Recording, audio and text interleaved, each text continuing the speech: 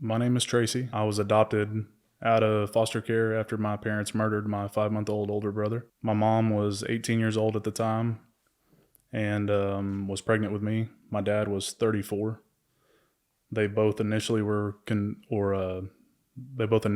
charged with first-degree murder, and both received plea bargains down the road.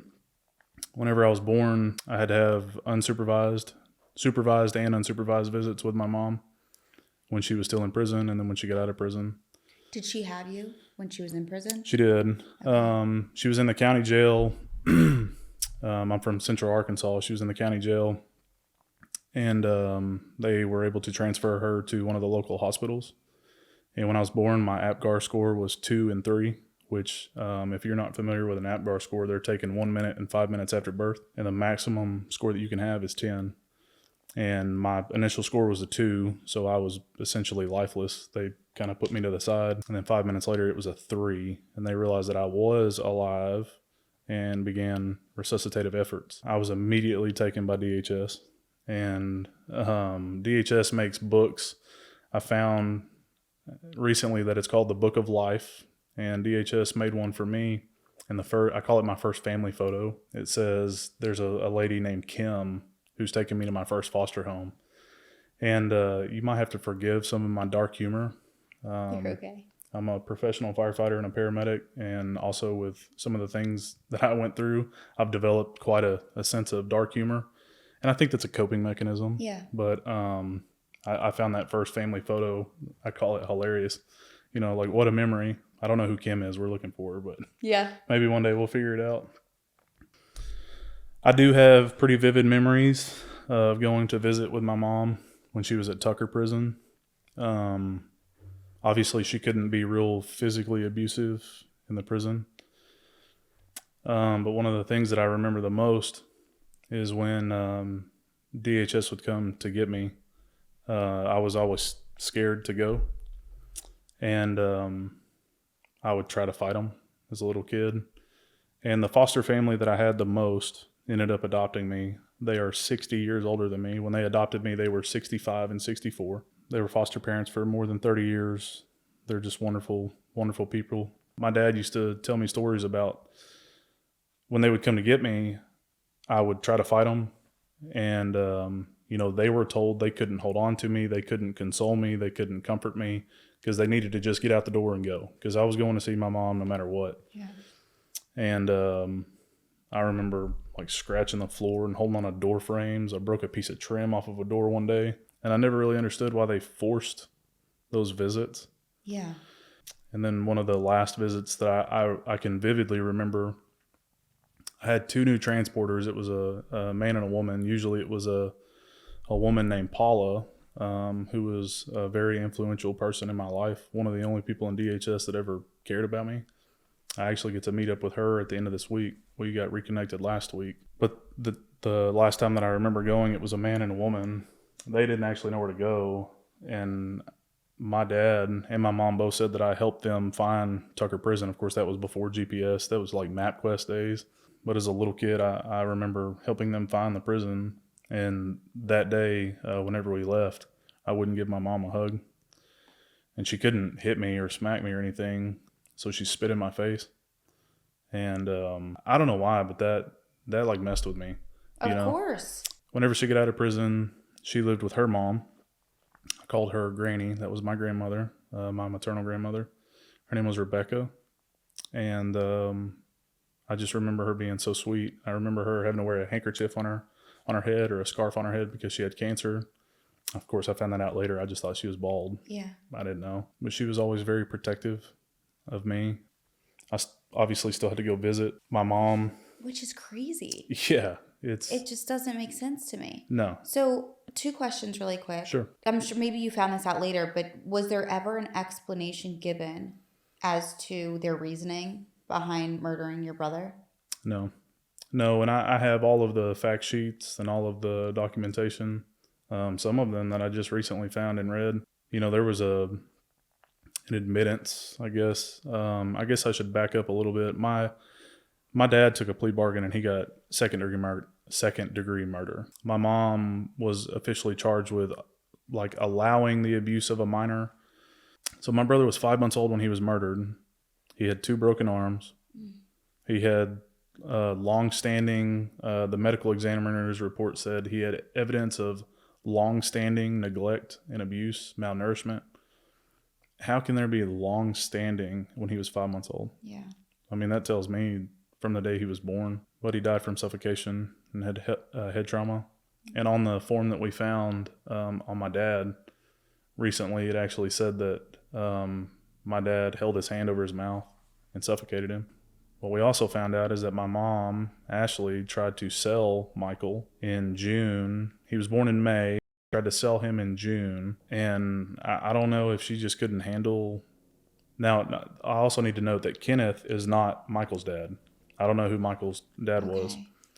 A lot of people have asked, well, where does, Kenny and Michael, where do they, well, they're not related. And I don't know if this was like a jealous thing. I don't know if Michael was a hard infant, but there's no infant that's that hard that you'd have to. And you have to be twisted. Oh yeah. I mean, how do you break the bones of a 5-month-old? Right. It's almost impossible. It's sickening to think that, he never had a chance. Right. No one ever loved him. Maybe, I bet my grandmother did because of how I remember her.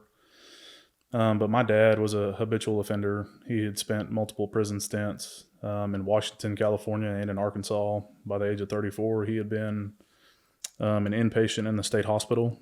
He was diagnosed with schizophrenia. I don't know if it was drug-induced or actually a medical diagnosis. Both of my parents were drug addicts. I was actually born addicted to methamphetamines, or methamphetamines was in my system, THC, and something else, which is confusing to me because she was in jail. Yeah. How does that happen? I know you can get stuff in jail, but we have handwritten letters from Ashley that she wrote to the judge using me as leverage and bragging that she still had, I think it's bragging, and maybe I'm conflicted, because I don't have the highest opinion of Ashley, but when you read it, it really sounds like she was bragging to the judge, like, I still have a son, I need to get out, I need to go see him. So I mentioned the sentences because my mom got out in like 18 months for a murder. I mean, I'm not going to call it anything else. That's what it was. And, I think that was one of the situations where the legal system failed. Absolutely. Big time. Whenever she got out, the house that I used to visit them in is still up. It's still up in our town. And I mentioned that I work for a fire department. Our fire station on the north side of town is like 2 blocks away from it. And I can't tell you how many nights on duty that, that I wish that we got a call for that address. Just, obviously I still have a job to do.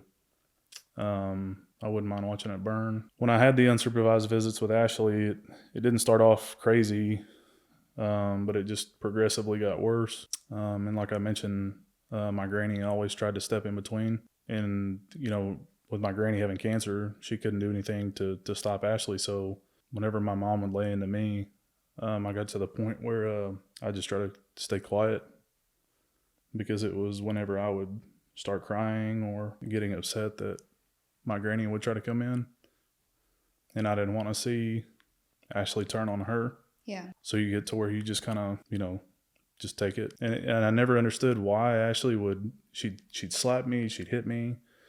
I have cigarette burns still around, like at that time, like a diaper line. I still have scars on the top of my butt, on the top of my hips from an extension cord where she hit me so hard. This was probably, I don't remember exactly when she met him, maybe when I was 4 or 5. And, that's when it kind of shifted from physical and verbal, and then started including sexual abuse. And, it started off as just like showing me, and then it started getting physical. And again, it was one of those situations where you just learn to be quiet. Yeah. So was it the both of them? Yeah. Okay. And what's crazy is there were marks, like cigarette burns, bruises that I know caseworkers saw, and that my parents saw, and I don't know why it's like the court just never did anything about it. Did you ever tell so at this point, you were adopted by the foster I parents or not I yet? was not adopted yet. Okay, so My Ashley somehow still had rights. okay. So how often were you seeing her? I don't actually remember. Okay. I want to say weekly, but I don't remember how many times a week. Did you ever tell your foster parents what was happening at all, or did you kind of I was just stay scared. quiet? Right. Yeah, I know that they saw him, Okay. but actually, I remember when I was right at the very end, when uh, I got adopted the month before I turned 6, where I could actually, I can really remember a lot of those things, and I can remember Ashley telling me that she would kill me. She'd kill, my family. My family at that time was my foster family. Yeah. I think all of us knew that that's where I would end up. Right. And I think that she could definitely probably see that's Yeah, who you cared about. That's where you felt safe. yeah, and so yeah, I was terrified, Right. because I saw what she could do. Evil. Just Yeah, evil. yeah, like I think my shimmer of hope came, and that's kind of a dark way to say it, but whenever I was born, I mentioned our score was really low. Well, they usually with little boys, they circumcise the children at birth or very soon after. Well, they didn't worry about that with me because I had other issues to worry about. I guess my mom thought that was disgusting. I don't know. And one of the last times that I ever saw it was actually the last time I ever saw my mom on a visit. Her and her boyfriend attempted to circumcise me with a razor blade, and that was not fun. That was pretty terrible. But thankfully, that led to the state police getting involved, and it was very evident, obviously. Yeah. And I didn't have to go see her again. And around the exact same time, there was a law that was amended in the state of Arkansas that stated there was a bunch of amendments, but one of the things that was stated that if there was ever a death in the family of a sibling, if there were other siblings in the system, they could never return back to the biological family. So my dad was still in prison. He signed his rights away. Yeah. But I couldn't go back to my mom, my grandmother, my uncles, my grandfather. It literally slammed the door shut. And I couldn't be more thankful. And the judge at that time had worked with my parents for years. She was the juvenile judge over foster care and DHS. She was skeptical about my parents adopting me just because of their age. Yeah. But at the same time, she knew that other families had visited my case. And I had gone to other families for small stints of time, and my case, my family scared them away. I mean, I remember families telling me before I was adopted, we really wanted to adopt you, but we're not going to adopt you. And I can remember desperately, all I wanted was out. That's it. I don't even know that I was thinking about I want a family. All I wanted was out. Yeah. That's it. Did your mom face your biological mom, did she face any consequences after No. Not that I'm aware of. If she did, it was I didn't know about it because when I was taken away, it was completely no contact. So I don't know if she did or not. I didn't find anything on the court documentation. Yeah. And I've wondered that too. Why? Right. Why wasn't she ever held liable for any of it? Right. And it's it makes you think does it really take worst case scenario to have somebody get killed? But then even with that, she still didn't face the necessary consequences. Right. And even though I read the documentation recently that Kenneth admitted to it, I don't believe it for a second. Yeah. After living with Ashley, I don't believe it for a second. Right. I think that he took a plea because he was a habitual offender and he knew she was young and was going to try to give her a shot at life. Some weird act of, right. Trying to be noble or something. Had I stayed with Ashley, I'd have been just like Michael. Mm-hmm. I do remember the day I got adopted, and I remember the judge getting down in my face. She was a sweet lady. She actually came into my life when I was a teenager in a weird way, but she asked me if I knew what was going on, and I said, yes, ma'am, I'm getting a family. And the funny part, the attorney had lied to him, was like, do you want to change your name? And he asked my parents, and they were like, no, we don't think so. I'm not a fan of the name Tracey, but it is what it is. But I very vividly remember the attorney had lied to him. He was like, well, what about Brian? And, why would you give a 5-year-old or an almost 6-year-old the opportunity to change their name? I could have been Frankenstein, like on Big Daddy or something. Right. But the name Tracey, I'm actually named after my biological uncle on my dad's side, who's also serving a life sentence in prison for murder. Yeah, I didn't come from a great family, for sure. But I'm very, very thankful that the judge was finally gracious enough to let my adopted family adopt me. Right. I know that there were odds against them, but my adopted parents were my saving grace. And it's crazy because even though they were such good people, I tried so hard to push them away because I felt like undeserving. I think too, it's another coping mechanism in the sense of trying to Yeah. keep people at a distance. Yes. To prevent yourself from getting let down. Yeah. Or hurt. You Oh, know, I was you'd so, been yeah. so. I was so scared. It was hurt isn't even the word of what you went through. Yeah, it was hard. My mom got pregnant, Ashley, and I have to. I wanna say the only time I ever call my adopted parents is when I'm trying to explain like this. Yeah. So I may say bio and adopted. It may get redundant, but I just want it to be clear. Of course, yep. My biological mom ended up getting pregnant again and having another child. It's my younger brother. My parents took me to see Ashley one more time after I was adopted, and it was really for me to go see my brother. And I had kindergarten graduation coming up, and I was super proud of it. And I wanted to tell my mom. And what's really crazy is even after all of the bad, I still wanted to make Ashley happy. I still wanted her to be excited. And I remember that day that we went to see her, she was at her dad's house, my grandfather. And I even had my little certificate that I was supposed to keep in my folder and bring for graduation. And I showed it to her and she didn't care at all, And my grandmother, she loved it. But I can remember seeing Austin and he was a baby. And I remember trying to give him a hug and Ashley, my adopted parents were with me this time. So that there wasn't anything that could be done. Yeah. I remember her pushing me back. And my mom, my adopted mom at that time was 65. Let me tell you something. She's about 5'5" and every bit of a fireball for her babies. And I remember when Ashley pushed me back, she was like, absolutely not. Let him see his brother. And I got to see him for just a second, but I didn't see him again until 2015. I didn't know anything about him. I didn't know where he went. But I'm sure we'll get to that. After I was adopted, my parents, them being their age, they had a landline and they had the same number from the 60s. They'd still have it today if they'd let them. They don't. But Ashley had that phone number and she would call all the time. And my parents were always very honest with me. My adopted parents were always honest with me, which I remembered a lot of it. But even as I got older, they would be sure and tell me when I had questions, hard questions, they'd tell me the truth. And, back then that was hard to hear sometimes. But as an adult looking back, I'm thankful for it because I never questioned. Right. And even when it was hard, they would, if they weren't able to answer it, they would just say, we'll talk about it soon. Or they would try to gently answer it. When I was old enough to understand and they would answer the hard questions, they would just tell me and let me kind of sit in it. And they would just be there with me. Yeah. And sometimes that's all that I needed. But Ashley would call frequently. And the times that I did get to talk to her, it was always negative. This was your fault. You're the reason that you got taken away. Austin ended up getting taken away. And then the phone calls transitioned from this is all your fault. You deserved everything that happened to now it's my fault that she's lost Austin and that she's in legal trouble. She got in trouble in Texas. She moved to Texas. I don't know why, but that's where she lost my brother. And it was she'd call every year on my birthday and she'd call every year at Christmas. But then in between, we never knew. And every single time I talked to her, it was the same thing. And so my parents caught on to it after who knows how long. And they would try to filter them out. But again, I wanted to talk to her.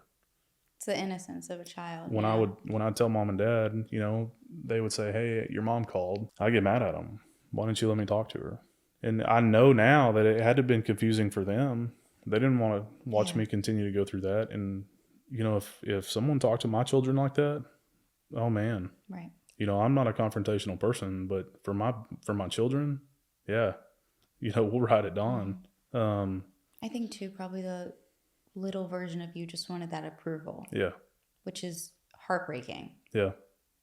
It doesn't make sense. But at that age, and even, like you said, even 21, your brain isn't developed fully to even grasp and understand things. You know what I mean? But I think that it is so incredible that your adopted parents were so honest with you because it's even if you couldn't fully understand the things that they were telling you, like you said, you never questioned anything. Right. And I think that makes a big difference. Even though it's hard and scary and confusing, I think it's very important because you're not being sheltered from anything. Right. Oh, they were old school. Mm-hmm. And, my dad was on top of them, the age gap, he was also a Baptist preacher. So that was tough. And he was like an old school Baptist preacher, like the hellfire brimstone. We went to church Sunday morning, Sunday night, Wednesday night, once every month on a Monday for youth rallies, 3 weeks out of the summer for revival. If you don't repent, you're going to hell kind of deal. And that's terrifying. If if you're anxious, if you're fearful, that means you don't trust Jesus. And that's all that I lived in. Yeah. I had to sleep in a bed with, I don't even think my wife knows this, and it's silly, but I had to sleep in a bed with my adopted mom until I was a teenager, because Ashley would call and she would say that she was going to come get me. And I believed her, and I was so scared that she was going to do that. And so I slept with my mom until I was in, junior high. When I started having friends over, you can't do that and be cool. You can't sleep with your mom and be cool. But I was so scared that she's just going to show up. And I was diagnosed with PTSD when I was like 7 or 8. One of the stipulations of my adoption was that I had to be in therapeutic counseling with, I don't know if it's a national chain, but it was called Community Counseling Center. They'd come to school, and I'd be pulled out of class and have sessions like weekly. And then I also had to have individual counseling sessions outside of school. And I was diagnosed with PTSD really early, which I believed, because I had the same nightmare almost every night. And it was the last day that I saw Ashley. And it didn't matter that it was a dream or whatever you want to call it, a night terror. It was always just as real. And of course, I felt like I couldn't escape it because the scars were still there. And when you're in school and you get into like middle school, junior high football, like obviously I wasn't naked and they weren't staring at me there, but like I said, I have cigarette burns. Yeah. And I have scars from other incidents. And kids are ruthless. Kids are absolutely ruthless. I was bullied for stupid stuff. I was bullied because I was adopted. I was bullied because I had hand-me-downs. As an adult, I buy jeans that are 2 inches longer on the inseam because I was bullied for flooding. Mm-hmm. It's crazy, but it's something that I picked up on through a couple of retreats that I've been to. When you try to look back and look at and find habits. And I laugh now, but I never realized it subconsciously. That's, why I was doing the things that I was doing. I went to for me, it's a big school. In my area, it's a pretty big school. I graduated with like 370 people maybe in my class. Mm-hmm. And I went there from kindergarten to graduation. So I knew everybody. I wasn't Mr. Popular. We were dirt poor. Both of my parents were retired. Both of them on fixed incomes. So we were dirt poor, but we were happy. And I also didn't mention my adopted parents had children of their own. Okay. They had 3 biological. My oldest sister right now is 72.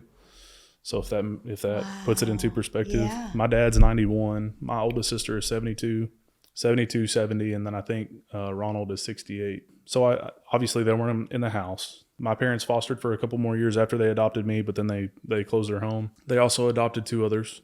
It was 2 brothers who are very cognitively impaired. I don't know the right way to, but they do function pretty well. Like in society, they both are incarcerated now. One of them, I believe, 100%. He was charged with possession of child pornography, but the psychiatrists all said that he had the mind of like a 12-year-old. Yeah.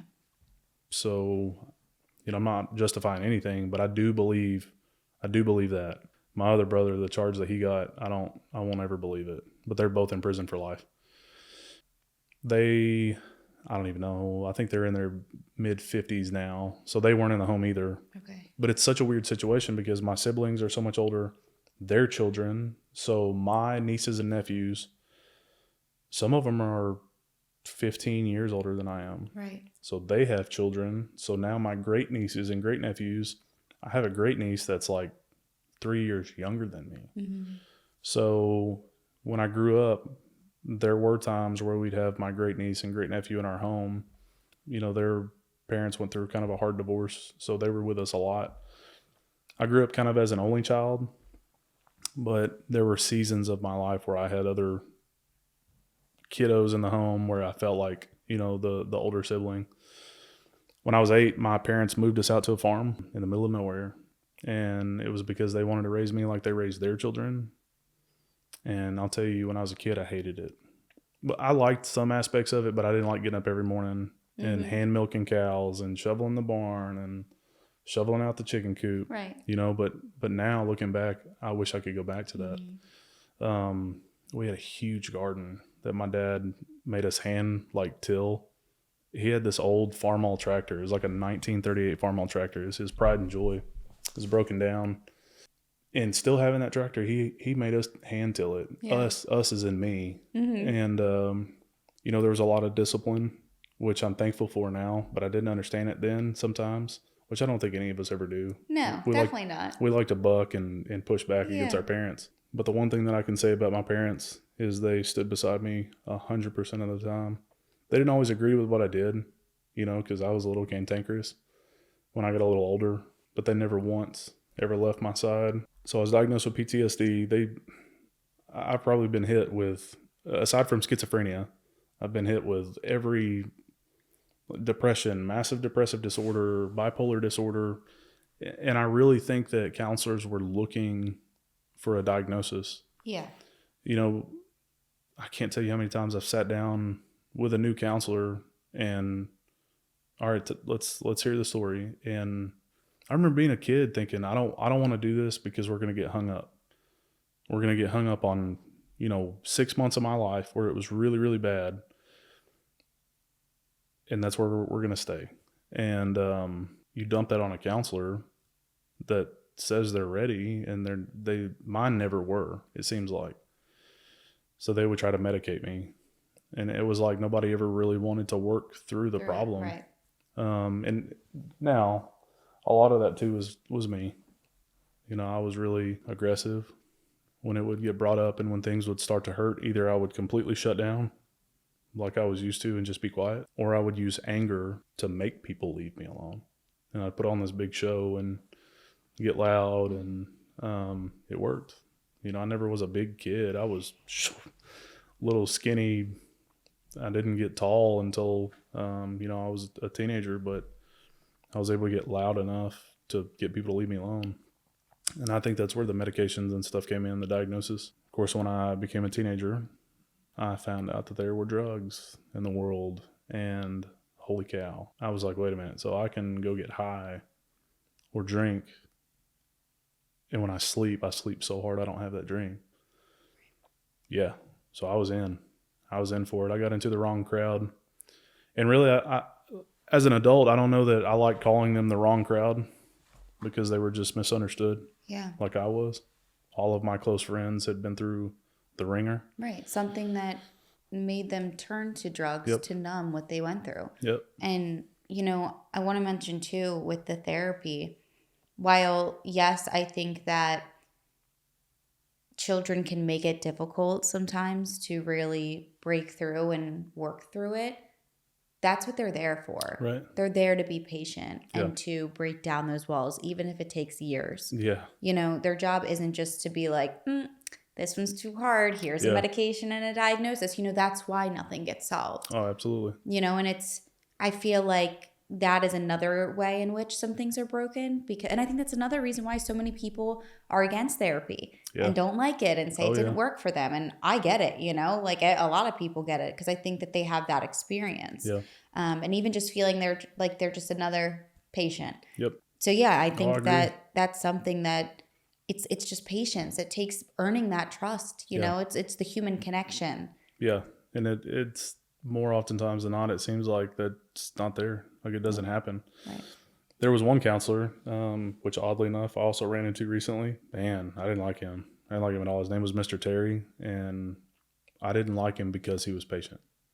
because it didn't matter what I would do. He was like, all right, cool. I'm going to stay right here. What are you going to do? You know? And one of the lessons he taught me, I did this to my wife like last year, but he took a pen, and it was one of the days that I was not having a good day. And he just started tapping it on a table. And he was like, I'm about to teach you a lesson. And I was like, okay, teach me. And so he starts smacking it on this table, and he wouldn't stop. And he said, what can you do about this? And I tried to stop him, and he's like, nope. I kept going. And finally, I'm ready to fist fight. You know, I'm like, dude, you're driving me nuts. Yeah, let's just go ahead and get it over with. And he had to yell to get over me, you know, and he was like, you have to learn that you can't do anything about this, but you can control yourself. You can leave. You can get up and go. And I hated that. It made me so mad. I was like, that's the dumbest thing I've ever heard. Mm-hmm. Why would you even go to college just to come tell kids this? You know, that was, looking back, I'm so thankful because, you know, the situations that I got myself into as a older teenager, younger adult, had I not walked away and let anger get the best of me, there's no telling where I would have ended up. And it's okay to walk away. Sometimes I had an ego problem too. Whenever I became a teenager, I thought I had to prove something to everybody, which is crazy, but I think everyone struggles with that at some point. Yeah. And I think you kind of going back to what I mentioned before with that approval and the validation, you know, we don't always realize because things come out in different ways, but I think it stems back to you not having that as a child. So it's like you're seeking it other places. Yeah. And I was a people pleaser. Yeah. Yeah. Which it might not make sense, but it also does, you know, it really does. And also that ties into how so many different people can experience the same thing and have a different result, you know, it just, which is also so crazy. Just, I agree. It's so complex. Yeah. I wish I would have known a lot of the things that I know now. You can't though. You know, there's no teaching it. Yeah. It's time. Yeah. And it's just letting the brain develop and experience, and it sucks, but it's part of the process, you know, it's life. For sure. But then we can appreciate it. Yeah. You know? Yeah, it's something I'm thankful for now. And I think a lot of people if I have an opportunity to share with them and I tell them now that I'm thankful for the way that I grew up, they're like, oh my gosh, what is wrong with you? And I'm like, a lot, but it's fine. We're working through it. But it's it gives me that much more of a drive to love my boys that way. Yeah. And try to share my story, because again, like I said earlier, I never thought anyone would care. Mm-hmm. Never thought because the other side of it is sometimes you hear, like I've told people my story and they're like, yeah, okay. They write me off because they're like, there's no way that happened. My wife, she didn't not believe me, but when it set in, when we first met and it finally set in that everything that I was saying was true, and she started learning more from my adopted parents that I didn't want to tell her, she was shell-shocked for like 2 weeks. And it started with her seeing the scars on my butt. I told her they were stretch marks. I lied to her. But, you know, why cross that bridge if we don't have to? Because she grew up in a very different household than I did. Polar opposites. Mm-hmm. Lots of love, lots of family. But whenever she found out about that, it wrecked her. Yeah. But I started using drugs when I was 14. Started with just smoking weed, drinking, you know, with some of my friends. My first suicide attempt was July 31st of 2009.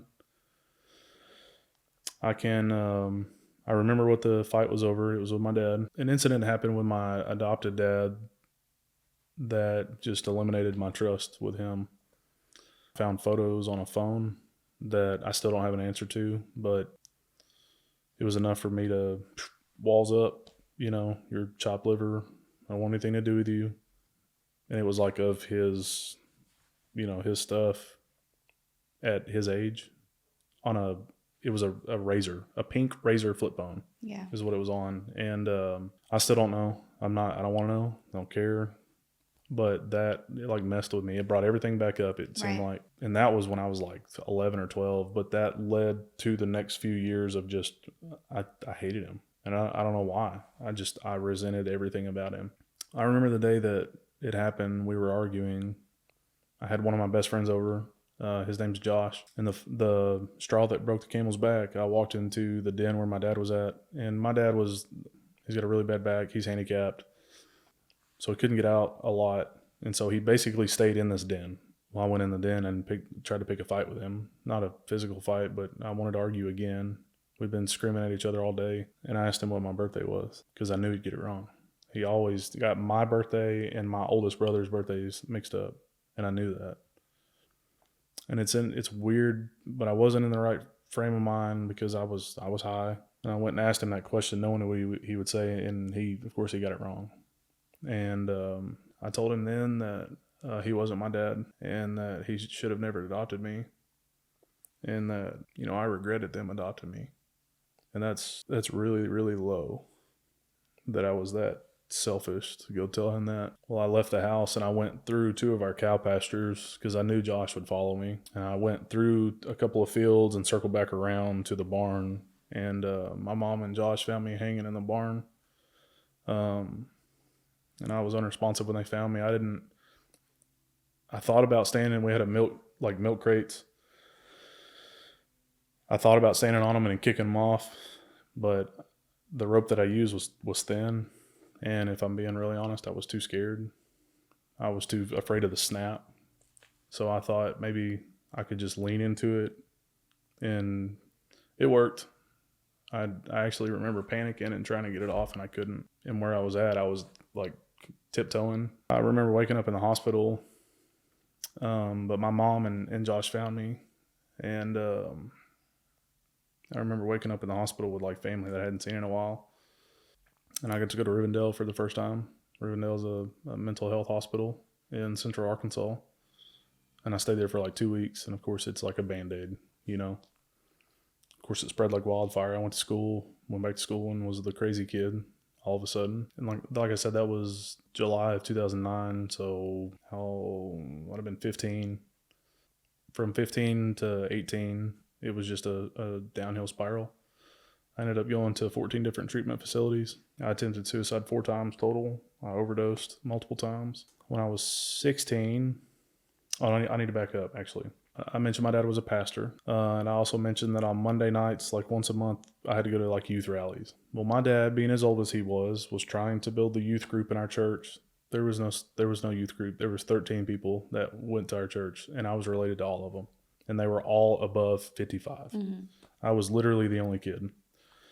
And the few friends that I could get to come with me from school. Well, my dad, trying to build the youth group, would reach out to the surrounding churches and try to find young men who had surrendered to preach to come in and preach for us, and it'd be a youth night. And they'd order pizza, and, we were there for the pizza, honestly. Well, I didn't know that I had siblings on my dad's side. And I also didn't know my dad's name, my real dad's name, up until one of these nights. And this guy comes in, young guy, he's bald, looks good shape, spoke really well, carried himself really well. He had a real nasty scar under one of his eyes. I do remember that. But he's a nice guy. He's married, had a wife. After service, we're eating pizza. Now we're outside. All the kids are outside playing football. And my mom comes and gets me, and she's like, "You need to come in here." And she had this look on her face, and I was like, "Oh gosh, like here we go." They bring me to the front of the church, right by the altar, and my adopted dad and this preacher are sitting on the front bench, and the preacher is boohoo sobbing, can't breathe, he's crying so hard. And so I'm like, what is going on? What is happening? And my dad said, "Tracey, I need you to sit down." So I sit down, and he said, "Do you know your dad's name?" And I was like, "Well, yeah, your name is Merwin." He's like, "No, not me, your real dad." And so now I'm confused. I'm like, "No, I never, why would you ask me that?" And my mom said, "Tracey, your dad's name is Kenneth." And they said his last name, and I was like, "Okay." Now I'm mad. I'm like, "Why are y'all telling me this? Like right now, why in front of this guy?" Yeah. And they were like, "His name is Kenneth. He was a junior." I didn't know that. And so as soon as they tell me that, they didn't tell me he was junior. They just said his name was, and I look at him and I was like, "Are you my dad?" And he's like, No, I'm your brother." And so, number one, I didn't think I had siblings. And number two, how is the world that small that you ended up at our church? Yeah. Totally innocent, unplanned. So I found out quickly that I had 4 siblings on my dad's side, all adults. 2 brothers and 2 sisters. And in a Now, short... he wasn't from your mom, though, Correct. right? He was Okay. from my dad, Got it. Kenneth, my real dad.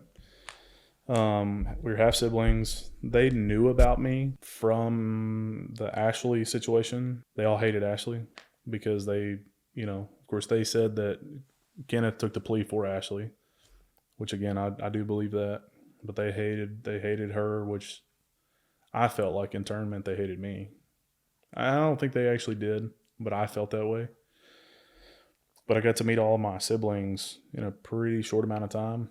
And this is actually part of what led to me starting to use drugs. I was not doing drugs. I was still like a good kid at this time, still getting straight A's, doing the right things. Well, I developed a relationship with my brother, my oldest brother, Kenny, to where my dad, he's a preacher. My dad would let me go spend days with him and then spend nights with him. And it was great. It was like, it's like what I had been looking for my whole life. I finally had, like real family, and they were proud of me. And he was a good guy. He treated me right. He loved me. He was like a good brother. He was harsh if I did something wrong, like he should have been. I picked up a couple times that he was like real sideways to his wife a couple times. And when he'd see that I was around, he'd straighten up. And it was weird though. His demeanor was weird. And I picked up on it, but I didn't think anything of it. And then one night I got to stay with him. And my parents owned rental properties. They were just mobile homes, and they're terrible. But it is what it is. They had them. And I stayed with Kenny and his wife one night. And I remember the next morning when I woke up, it sounded like someone was being murdered, like a woman screaming. And so I get up from the living room and run in the back bedroom, and Kenny is beating the brakes off of his wife, like bad. I didn't know what was going on. And so I just tried to get Kenny to stop. I didn't try to get in between them. I didn't try to fight him. And I don't even remember if I just came behind him and like, hey, stop. But he turned around and everything that he was giving his wife, he turned around and I thought he was going to kill me. That's the worst I've ever been beat up in my entire life. So, shattered dreams. Right. I also learned that he was on parole in California, which he had gotten permission to come to Arkansas, I guess from the California Parole Board. I don't know how all of that, but he violated his parole. She pressed charges, and then like all of a sudden all my siblings are gone again. They actually were living, my 2 sisters and my brother and my oldest sister were living in San Bernardino, California, and then the youngest sister was living here. She didn't get along with the other 3. Of course, they're all still older than me, but it's like just everything was great and like rainbows and unicorns and roses, and then within a day, it's just a morning, yeah, and like I don't know, Kenny beat the brakes off of me. It was not good. And how old were you? 13. And I don't know, I had a hard time with that, but when you're a kid, you feel like you're invincible, and now knowing what I know as an adult, there's nothing, unless it was like a 5-star prospect, 13-year-old. I'm not a big guy. I'm not an aggressive guy. I'm not like the strongest guy, but I don't know many 13-year-olds that are going to throttle an adult is what I'm getting at. Yeah. And that like changed something in me. That's what led to like the real, like, okay, this is nothing's ever going to change. Right. I started questioning my parents, like, why would you let me around him? Stupid stuff, to me now, I think it's stupid, but then it was, how did you not pick up on the signs? Why would, but I got into the drug use, and that was part of that. I didn't realize it, but Kenny had relapsed on meth. His drug of choice was meth. All of my siblings' drug of choice was meth. I ended up finding out, but there were signs that I didn't see, which put me around other kids around their age or my age from other siblings' kids and their friend group from the area that I got to be acquainted with, which opened doors. The drug use, the first suicide. At 16, I was pulled over and I received a DUI. I had just drank a lot of whiskey and was leaving to go see a friend. I drank and then left like immediately. Well, I got pulled over for speeding, and the trooper could smell it, and I blew like a .06 on scene. And in my mind, in the state of Arkansas, it's a .08 is the legal limit. In my mind, I was like, oh yeah, scot-free, you I'm know. good, yeah. Well, not if you're under 21. If you're under 21, it's .02. And so I got arrested and taken to jail, and I had to call my parents. They came and bailed me out. They didn't even ask questions. They just came and bailed me out, and it was a very quiet car ride home. The next morning was not fun, you know, because my mom had picked up on everything. She saw the signs. She saw the changes. My dad, and again, our relationship was damaged from what had happened. But he always wanted to see the good in me, I think.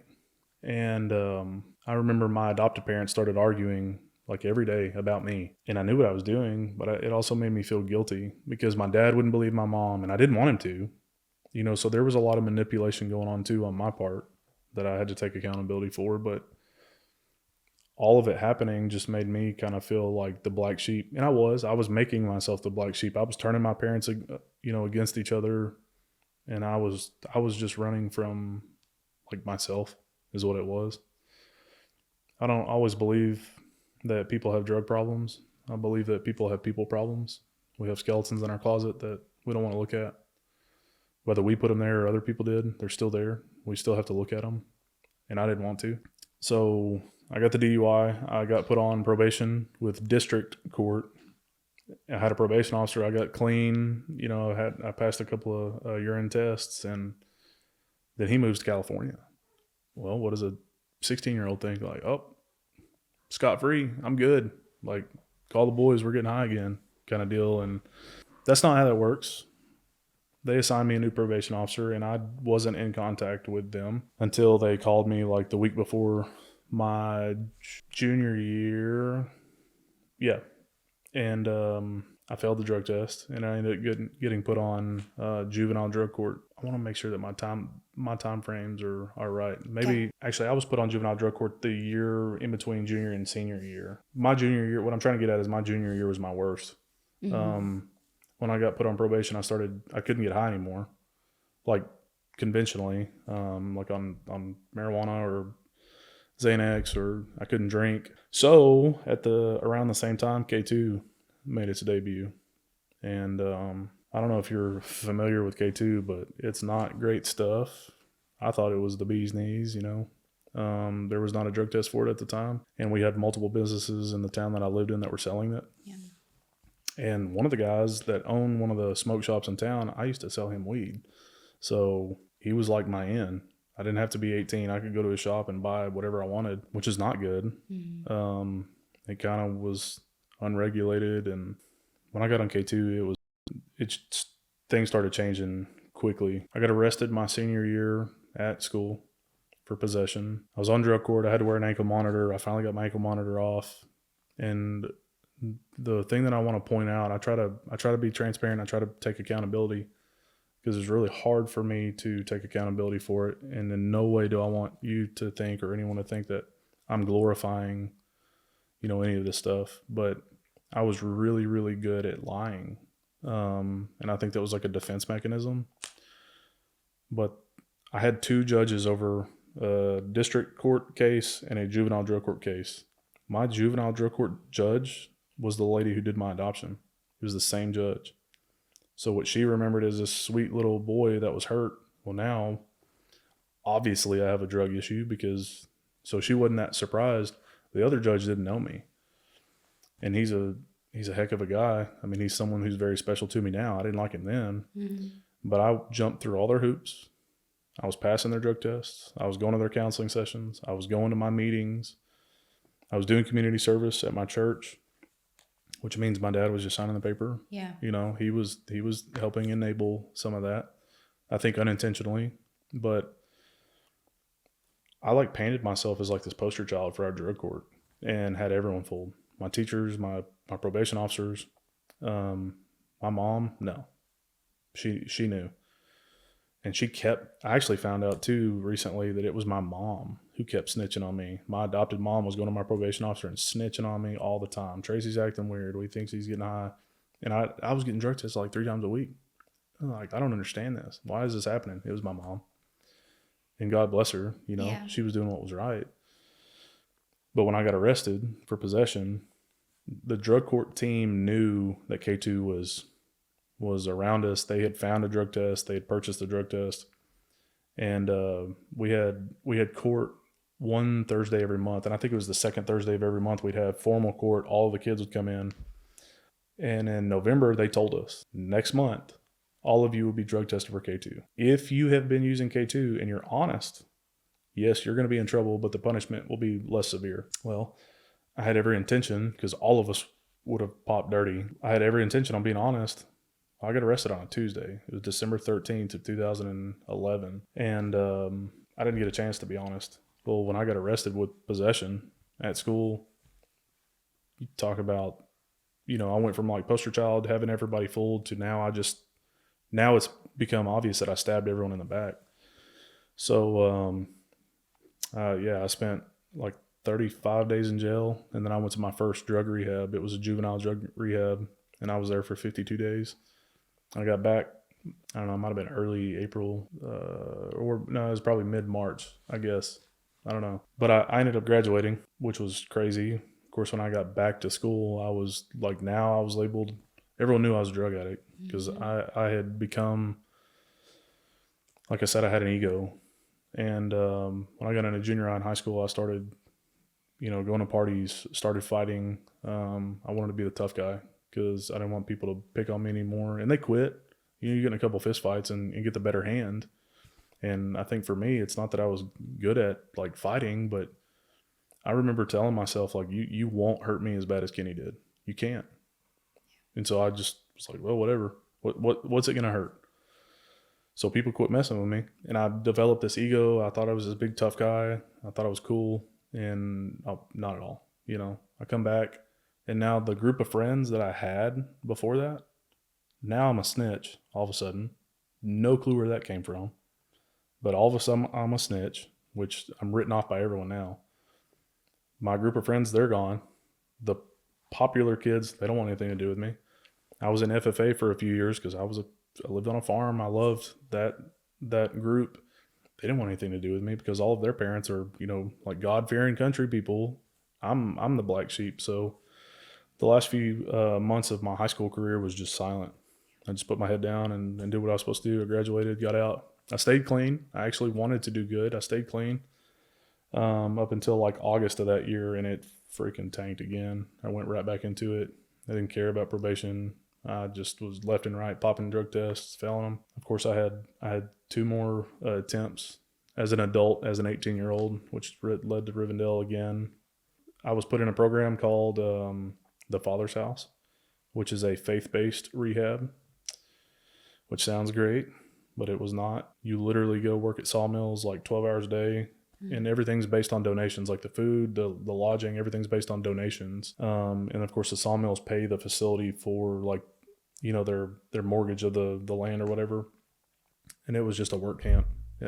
I found a way out. I asked my mom to bring me a disposable camera because they had septic issues, and I took pictures, and she took it to the judge, and the judge let me out early. So there was no help there. It was just no. labor, It was very literally like, we're going to do this hard labor all day long, and when you come back, we're going to read the Bible, and it's going to change you.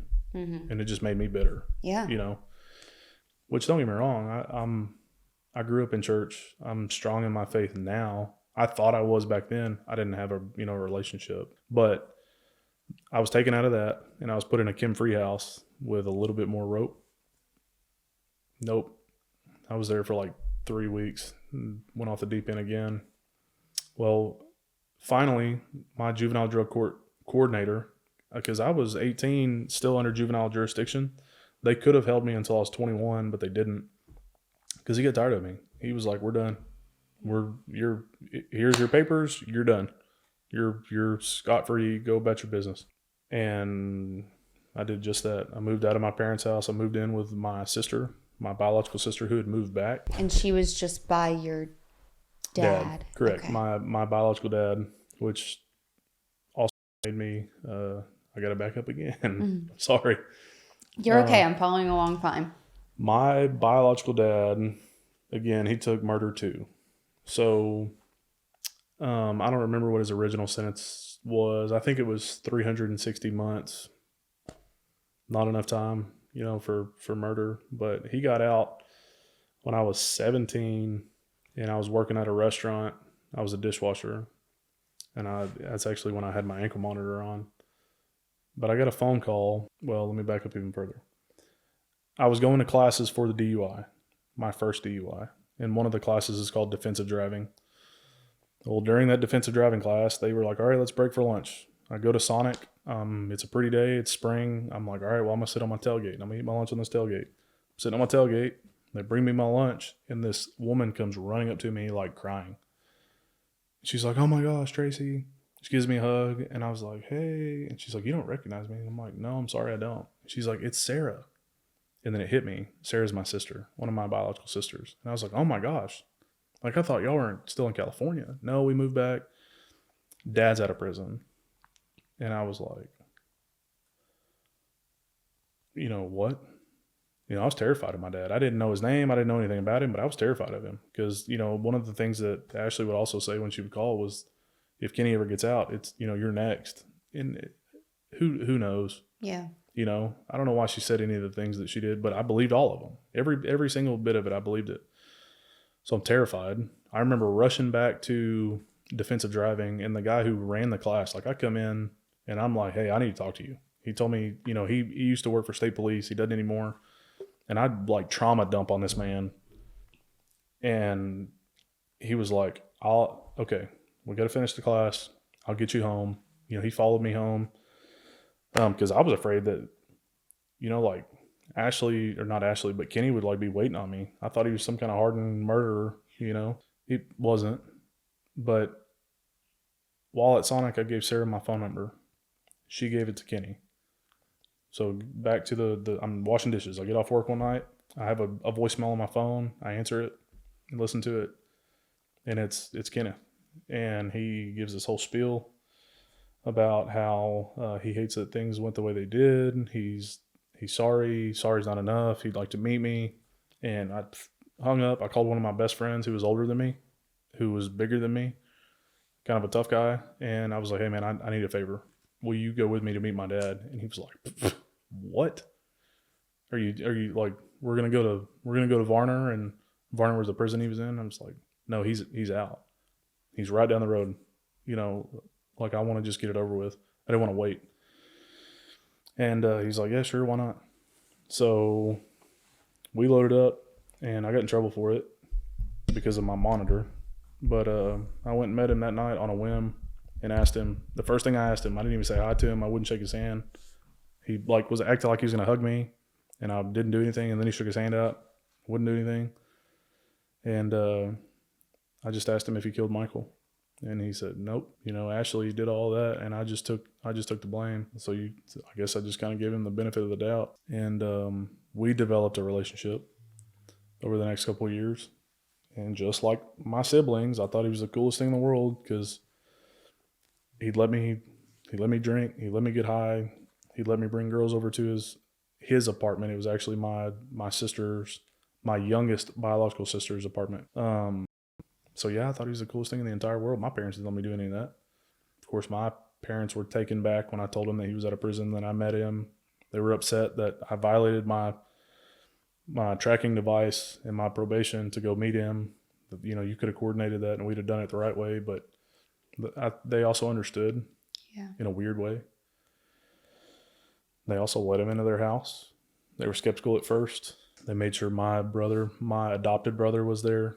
Their biological son, every time he was there in the beginning. But, that's where I learned my manipulation, or that's where I got it from, I think, because my dad he was slick. He was very, very charismatic.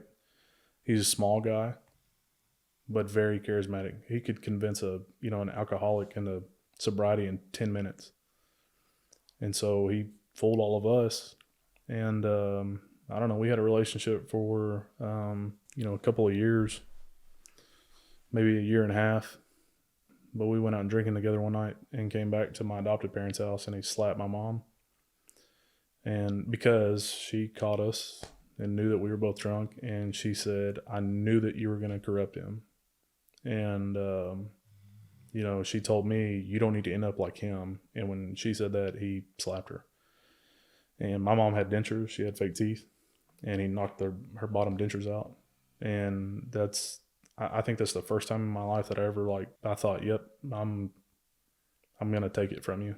Like, you're going to pay for that. And so we got into a fight.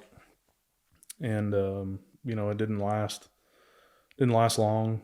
It was over. And then I'm like, we're done. I'm taking you back to Destiny's, my sister. And, like halfway back to Destiny's house, and we live in the country. So halfway back to her house, it starts again, and I'm driving, and anyways, we start fighting in the truck, and we pull over, and I ended up kind of getting a better hand, and I left him right there. Yeah. And I got in the truck and drove back. I called Destiny and said, this is where he's at. Figured out. Mm-hmm. And I didn't ever talk to him. I talked to him when his brother died at the funeral, but it was just like a you stay over there kind of deal. I never talked to him again. It's weird. I'm sorry the timeline's all over the place, but it's weird that I desperately wanted to know. I didn't know I had siblings, and when I found out, I was like, I got to know them. Like, we're going to love each other. We're going to be siblings. It's going to be great. No. Fell through. Met my dad. Crossed that bridge. I faced that fear. You know, maybe my dad is different. Maybe Ashley's the bad guy. No. You know, and it was just like one by one, and I think that's what, when the timelines are actually lining up, if I would have told it right, you can see like the steady just decline. Yep. Mm-hmm. The tank. So, it wasn't long after me and Kenny got into that fight that I was finally released from juvenile probation. They signed the papers and they were like, you're done. I couldn't believe it. I was off of probation. I was finally free. Could do whatever I want. Well, I was 18, so I could make my own decisions. I moved out of my parents' house and I moved in with my sister, Sarah. And Sarah introduced me to my drug of choice, which was crystal meth. I'm very thankful that I never got into IV use. I'm very thankful it didn't ruin my teeth. But I loved crystal meth because it kept me up. And my wife, Hannah, I guess I just never told her. She knows everything, but I never told her why it was my drug of choice. But like when I would get really high, you know, smoking weed or K2 or really drunk and I'd pass out, I'd sleep really hard. There were still times where I'd wake up in a panic from the same dream. When you're on meth, you don't sleep. And then when you do finally crash out, it's lights out. Yeah. I mean, you up for, you know, 2 days, 2.5 days, start having like sleep deprivation hallucinations and stuff. When you finally crash, it's over with. It was for me. And I didn't really care about being high. I cared about not having that dream anymore. Yeah, like the avoidance of it. Yes. And yeah, there was part of me, it made you feel like Superman. And I just, you know, like when you're a little kid, your parents say don't do drugs. You do it once and you're hooked. And like, I don't believe that's the case for a lot of them. For that, 100%. For me, it was the first time I did it. It was like, yep, we're doing that. How do we get more of that? And Sarah was that for me. Well, when I lived with her, I got close to Sarah. I learned about her story and her childhood, and it is way worse than mine. Way worse than mine. So it makes sense as to why, you know, she had 2 children. They lived with us. At that time, they were like 3 and 6, and I loved those kids, but I was guilty to be around them because of, you know, how we were living. And then I would see like Sarah doing the stuff in front of her kids, and it bothered me. And so I actually talked Sarah into moving the kids out of her bedroom. She lived with her mom, which is really weird. Her mom and Kenneth, right? Those were the 4 siblings. Well, her mom divorced Kenneth and married his brother. Our uncle, Ronnie. It's weird. Uh-huh. I don't know why that happened. I'm not going to question it. But the kids, I talked to Sarah out of getting the kids out of her bedroom, and they actually went and lived in their bedroom in a house. And life was pretty dark for like 6 months. And it's not a really long time, but it wasn't good. I ended up getting another DWI, and that's what saved my life because I went back to district court And the same judge that I'd slipped through the cracks on before, he was like, oh, yeah, yep, I got you now. Because when it was 2 court systems, juvenile had jurisdiction over me. I don't know why or what. Okay. They had more authority than district court. Well, now juvenile wasn't in the picture. And his name is Judge Ohm, and that man saved my life. He was like, yep, you're mine, and I know just the place I'm going to send you, because somewhere, somehow, I don't know how, but through all of the mess, he told me that he saw something that he thought was special and he thought was worth fighting for, instead of just sending me to jail for a year. So I sat in jail for a couple days. I came to court, and he was like, all right, Mr. Gray, you ready to go to Teen Challenge? And I was like, oh, absolutely not. I'm not going to Teen Challenge. I don't know if you are familiar with Teen Challenge. No. Teen Challenge is another faith-based recovery program. Okay. And at that time, that was pre-COVID, it was 2 phases. There was a home center, which was approximately 4 months. And then there was the learning phase, which is 10 months. It was 15 months or 14 months minimum, all residential, all inpatient. You don't go home. People call it Jesus jail. Mm-hmm. Because a lot of people are sent there on plea bargains. Okay. That they don't want to go to prison. I get it. Makes sense. I wasn't facing prison, but that's why I was sent there. So I didn't have to go to jail. So I said no. And Judge Ohm was like, all right, here's the deal. You're going to Teen Challenge. You can go back to jail and you can think about it. But the next time you come up, I'm going to ask you again, and we're going to do that until you agree. Well, my parents, again, never left my side. You know, my mom walked into a drug house when I was living with Sarah, walked right by the guy who owned the house, who was a known dealer, not a good guy, looking for me. I'm hiding in a closet. I'm scared of my own mom. Like, not scared of her physically, but I was scared to let her down. I got kicked out of a dope house by the dude who owned the house, because he was like, dude, your mom's looking for you. You're in here hiding in a closet. Right. A guy that was living in, that world felt so guilty, I guess. He was like, dude, go to your mom. Mm-hmm. And he even told me then, like, none of us have parents that love us, and what are you doing? And I couldn't explain it, but my parents never left my side, and Judge Ohm had talked to them. And I remember the day that I finally agreed to go, I look back and both my parents are just boo-hoo crying. And, my dad, he was a firm guy, but he wasn't afraid to show emotion ever. And he was crying, and he was like, Tracey, please, you have to get this right. You have to get this right. Don't miss this opportunity.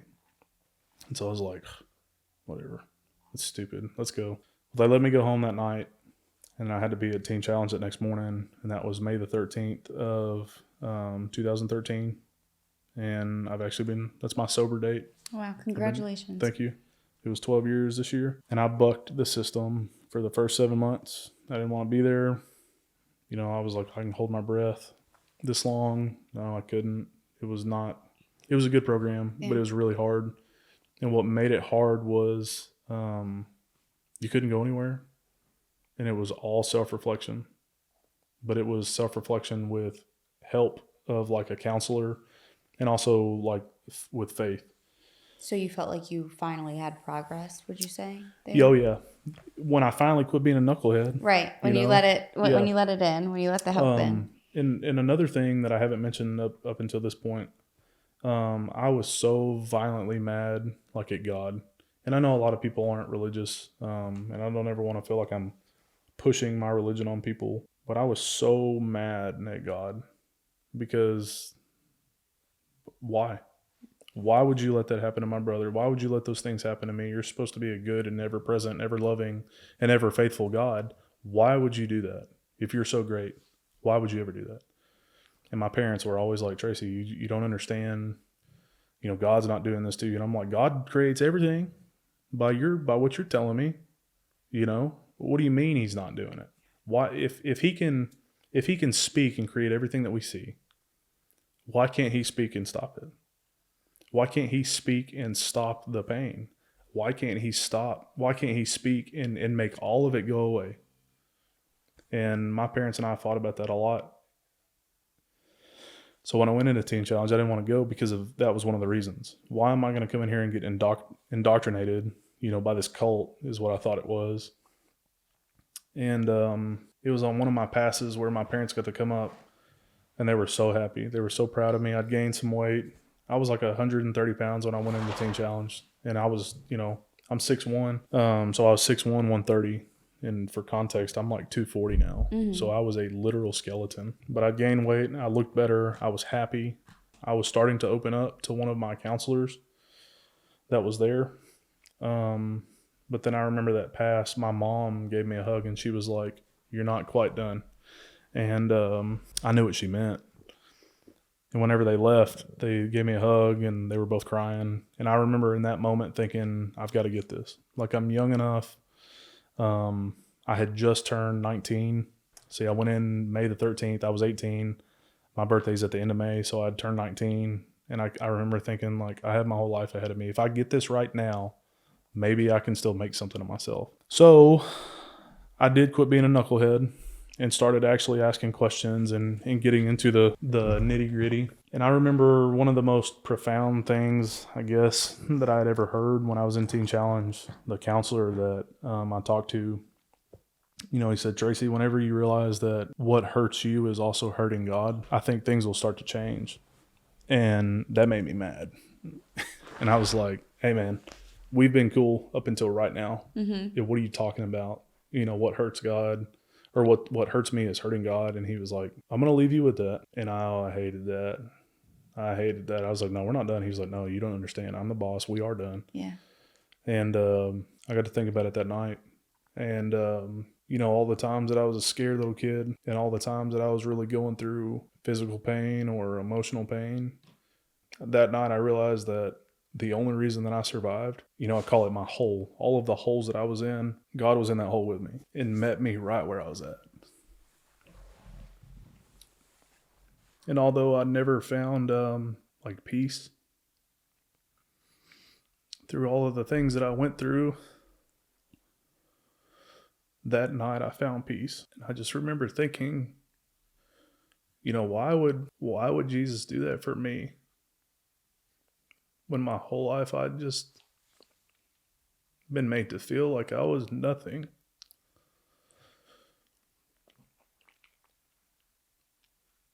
And I believe that to the point where I tried to take my own life and run from all of the pain. And when I finally realized that the hole that I was in, God was there with me. And he like very literally had his however you want to say it, his hands, his wings. He was there with me. And like, I remembered the old poem that my mom loved so much. She gave me like 40 of the bookmarks of the footprints in the sand. And I can remember thinking, all of the times I was yelling at my parents, why would God not make it in? Why am I having to walk this alone? And there were times where my mom was like, "You're not walking it, you're being carried." And I was too mad and too hurt to understand what she was saying, but the entire time I was being carried. And so when I finally realized that, okay, it's time. It's time to buckle down. I was able to start sharing and opening up. His name was Hagos, was the counselor. And I started opening up, and we would just, I'd open up. And of course, back then I hadn't talked about it. I hadn't worked through it like I kind of have now. So it was just a big blubber fest, and it just hurt. And I think that's something that people need to know.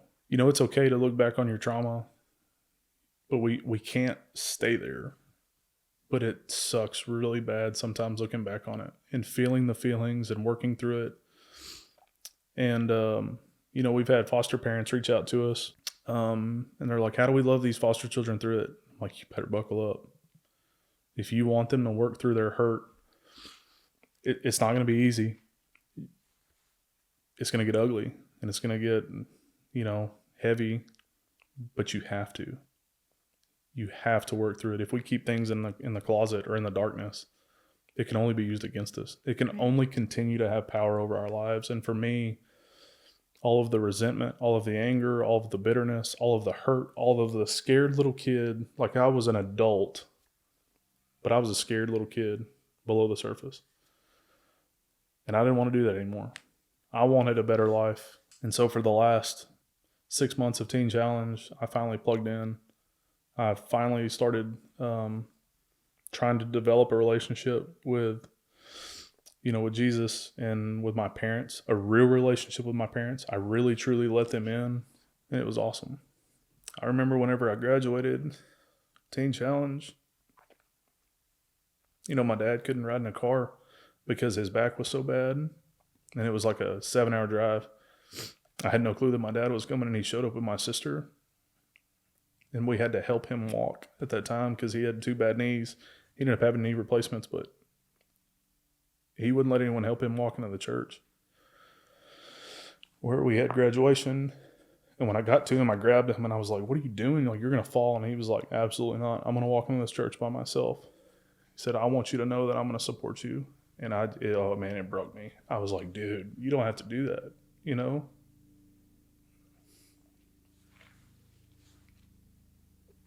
They supported me so passionately and so selflessly. And I think that was the hardest thing for me to work through, honestly. I didn't want to forgive Ashley, but I worked through that. The hardest thing for me to move past was what I put my parents through. Yeah. All of the they found me on all 4 of the attempts. I told you about sitting down with my dad and saying, "You're not my dad."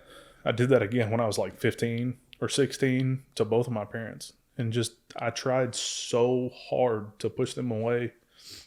And I think I truly hated myself for everything that I said to them. So when I graduated Teen Challenge, they give you like, most improved student, most whatever. Well, I got the outstanding student, most improved, or whatever. And Teen Challenge the name is misleading. It's not for teenagers. It is for adults. So I'm in a program with 150 grown men, and I'm the kid. Some of them pretty heavy criminal backgrounds. But I can remember them giving me that award for most improved because I finally turned around, and my dad just, was just so happy, and I gave him my certificate. And that night, the pastor asked me if there's anything that I wanted to say to my dad, or if I wanted to ask that I never had an opportunity to. And I asked my dad in front of all of my, my peers, if he would forgive me for everything. Because I never had before. And it spoke volumes to me when he was like, "You don't have to ask me for forgiveness. I forgave you a long time ago. That's why we love you." And, I went home, and it was like a fairy tale. Everything was good. I still had some legal stuff to deal with, nothing crazy. I made a mistake trying to still be friends with a couple of guys that I was friends with before, and I found out very quickly I couldn't do that.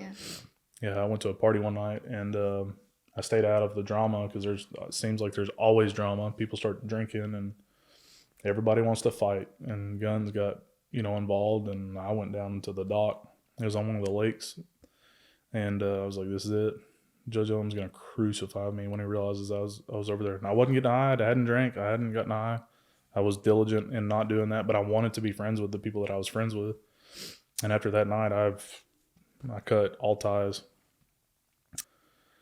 I met my wife, Hannah, in August 14. So I graduated Teen Challenge July the 15th of 14, and I met Hannah August 23rd. So, just over a month. And I met her at a bonfire. It's pretty cliche, but what stood out to me about Hannah is when we met, I live in a community small enough to where everyone knows me. Everyone knows everybody, especially when you went to the same school for, 13 years essentially. So I knew that she probably knew of me. In the very small stint when I was 18 and came back to school where I was actually clean, I worked with CASA and this other organization where I'd go to schools and share my story. I was actually doing some good things, but I spoke at the school that she was at. She was younger than me. And she was not there that day. She had to take the ACT, so she missed my story. Well, I remember when we met, she was like, "Tell me about yourself." And I told her, a general synopsis of like my story. And she's like, "Okay, yeah, that's cool. But no, who are you?" Mm-hmm. And I was like, "Well, I just told you." She's like, No, that's what you went through. Who are you? So I like reiterated the horrible things. And she was like, "Okay, that's fine. I'm really sorry that you went through that. but who are you? And I was like taken back because usually people are like, oh, I'm so sorry. Right. They like, let that define who you are. Yeah. And she was like, I don't really care. I mean, I hate that for you. You know, Right. like she didn't hate it for me. She couldn't care any less. But she was like, who are you? And I found out that night. I was like, I have no idea. I have no clue. I've never been an adult. I've never been a functioning person outside of running from the pain. So I asked her to take her home that night because she was with a whole group of people that were drinking and driving. And I was like, I don't want you to get hurt. She wouldn't do it. Well, we started talking. And when I realized that we were actually going to start talking, I was like, all right, here's the deal. I need to go talk to your dad. I need to go talk to your mom and dad. And maybe it's from where we're from and like the Bible Belt and whatever. But that's what you do. You go sit down and you talk with dad. I knew that they would know who I was, or they would find out who I was because the community is so small. And Hannah was like, absolutely not. You're not doing that. My dad was 20 years Air Force. No. My mom will write you off in a second, and I want to continue to talk to you, so no. And I was like, well, then we can't talk. You know, if we're not going to be honest about it, we don't need to do this. And she got really mad at me. And then that evening I got a text and it was like, come over. We realized that we lived like 4 houses away from each other, but there was one neighborhood, like there was a creek that ran in between our neighborhoods that divided us. Okay. We went to the same high school. We were 3 grades apart. Never ran into each other. We had mutual friends, but we never came in contact. Well, I get to her parents' house and I basically tell her dad, like, hey man, you know, my name's Tracey, shake his hand, give her mom a hug. They're like, so Hannah says you want to come over and talk to us. And I was like, well, I need to tell y'all some stuff. And her dad, I'll never forget, he was sitting like in a recliner with a laptop on his lap, watching TV also, and his glasses were on the end of his nose. And he like looks over at me. He's like, yeah, what's up? And I was just like, hey, I just want to let you know, I just got a rehab. Like paused and like waited for like drug use, and I lay it all out. And I said, I just wanted to come over here and like tell you, because if you don't want me to be around your daughter, I want to cut the ties right now before we go any further. And he like never looked at me. He just kept typing and watching the football game. And then he stopped and he looked over at me. He's like, okay, cool. Well, I appreciate that. Real quick, if you decide to go down that road again, you leave my daughter here. And that was that. Of course, her mom was like, oh my gosh, you know, I can't believe all this you just told us. And I told him all the bad, like all the really bad, not like the child abuse, but the drug use. I think I was trying to scare them away, honestly. And they were like, yeah, cool, perfect. And I had Hannah and I had my parents when I cut everybody off. My probation officer did find out about the party. It didn't make it to Judge Ohm, but he put me on not house arrest, but I had a curfew. So I got a job at Best Buy, and I was working at Best Buy, and I'd get off work, and I'd come home, and Hannah would come over, and I did that for a year and a half, and I finally graduated probation the right way. Everything was good. I asked Judge Ohm to keep me on probation because I was scared of not having like that looming. If you mess up, it's, and he was like, no, that's how I know you're good. And I'm like, no, you don't understand. I'm afraid, I had to have the conversation, like, trust yourself. And, life was good.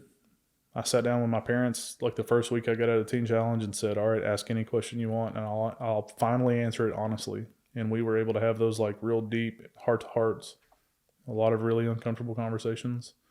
But they had to happen. Yeah. In 2016, I found out about a welding college just on a whim. And honestly, the only thing that caught me was the money, because one of my buddies was making like $3,700 a week. And so I was like, okay, hold on. Count me in. I'm working at Best Buy, dude. Like, that sucks. You're making how much money a week?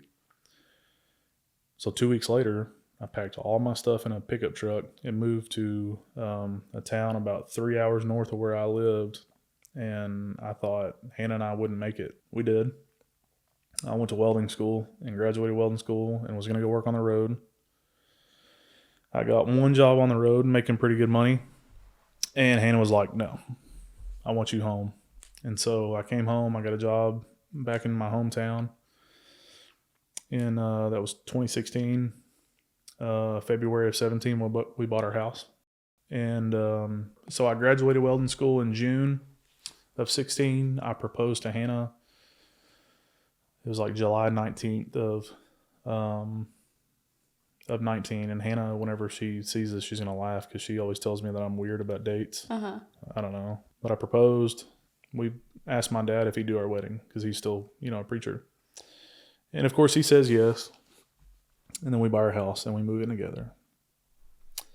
And that was a big no-no. So we went on. We were supposed to get married in November of 17. We bought the house in February. Well, I don't know. It was a couple months after we moved in. My dad calls me and he was like, hey, we'll still come to your wedding, we think, but I'm not going to preach. Because we moved in together. That's a big no-no to that generation. And, that kind of damaged the relationship between Hannah and my parents big time. It was also around that same time, Hannah and I were doing husband and wife activities, right? And the scar tissue from Ashley and her boyfriend tore. So I had to go to the doctor, obviously. And my primary care physician I've known since I was a little kid. I went to high school with his son who was killed in a car accident in 2009. So I've known him my whole life. He knows my backstory. He knows, I had to go there to get a referral to urology. And he didn't know that side of the story. And so when I tell him it was really awkward, obviously, and the fact that I had to, all right, doc, here, let's do the examination. Of course, it was awkward, and he was just dumbfounded. He left, and I thought he was going to come back pretty quickly and finish the rest of the exam. Well, he's gone for like 40 minutes. And I'm like texting him. I'm texting his cell phone like, dude, what is going on? Am I good to go? Well, he comes back with state police officers, state troopers. And I'm like, his name's Kevin. I'm like, Kevin, what are you doing? He's like, Tracey, I have to report this.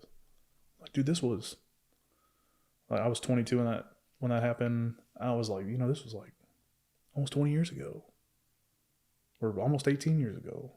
He's like, I have to report this as a mandated reporter with evidence of trauma. I have to. And so, open that door again.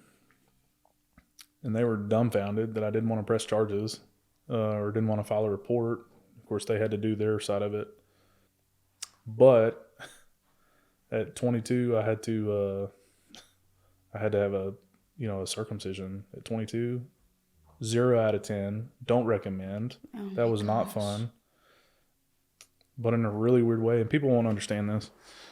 A lot of people don't understand this when I say this, but I'm so thankful that happened because the scars are gone.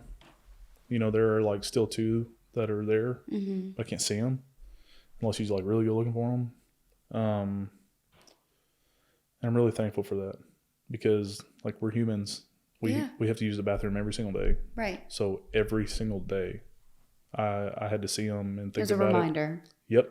And of course I told the urologist how it happened, and I don't know if he called in a plastic surgeon, but they did a really, really, really good job on like getting all of the scar tissue. And in a really weird way, I'm really thankful for that. That 100% makes sense to me. Yeah. It's kind of like a closure for that in a way. Yes. And it's like, I think if people don't understand it, maybe it's because they're looking at it from an aesthetic point. Yeah. But that's not. Yeah. Like, although yes, in the sense of like you have to see that, and that was a reminder. At the same time, it is like that is the only way to close that. Yeah. For you, I feel like. Yeah, it was.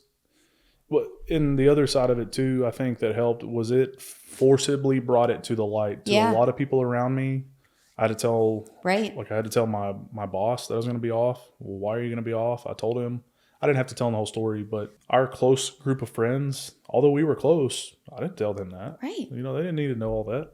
But when I did tell them, they were accepting and loving, and, you know, guys will be guys, and maybe this is just for you to hear, I guess, but, you know, they made light of it in a good way, and they gave me a nickname, and it's, you know, it's ridiculous. It's stupid, but they call me Frankenpecker in a group of friends and a group of guys, you know, it was hilarious. Yeah. And, it made it a lot easier. I think too, you know, when you hold anything in, no matter how big or small, it creates shame within yourself. Absolutely. And being forced to, you know, face that again so many years later, I think even though it was probably so uncomfortable and scary, it's like, you know what? It happened, and you can feel so sad for the younger self, you know, but it's like now it's like I have to take it and own it and not let it define me. Yeah. Or make me feel ashamed. Because it was out of your control. It was a horrible thing that happened that in some ways I'm sure did define you. Yeah, it did. It did. I mean, I was, you know, kids will be kids. Right. You know, especially when the hormones are raging, kids are going to be kids. And, you know, like all of my guy friends, there was a time where a couple of the guys were like, are you gay? Do you like guys? You know, because I didn't go looking for women because I was embarrassed. Yeah. I was very embarrassed. I didn't want to have that conversation. Right. And I had to have it a couple times. And so I didn't have a lot of girlfriends, you know, because I had those conversations a couple times, and that couple times was enough for like, nope, I'm good. Yeah. We're good. And it was like one of the first things I told Hannah whenever it came to that in that point of our relationship, because I was embarrassed. Mm-hmm. So, of course, she felt terrible about the situation that led to the procedure. There was nothing that could have been done about it. But after it happened, I was really thankful that it was gone. And, you know, that was another door shut. Mm-hmm. But, you know, my dad, that really hurt the relationship whenever he was like, no, I'm not going to do the wedding. We had to scramble around and find a preacher. Well, then to make things worse, like 2 months later, I don't know if I got cold feet. It wasn't great. Hannah fighting with my parents and back and forth. And then, you know, like that seed of doubt, like you don't deserve. I backed out. Like I broke up with Hannah, and that was terrible. Like 5 days of just not good.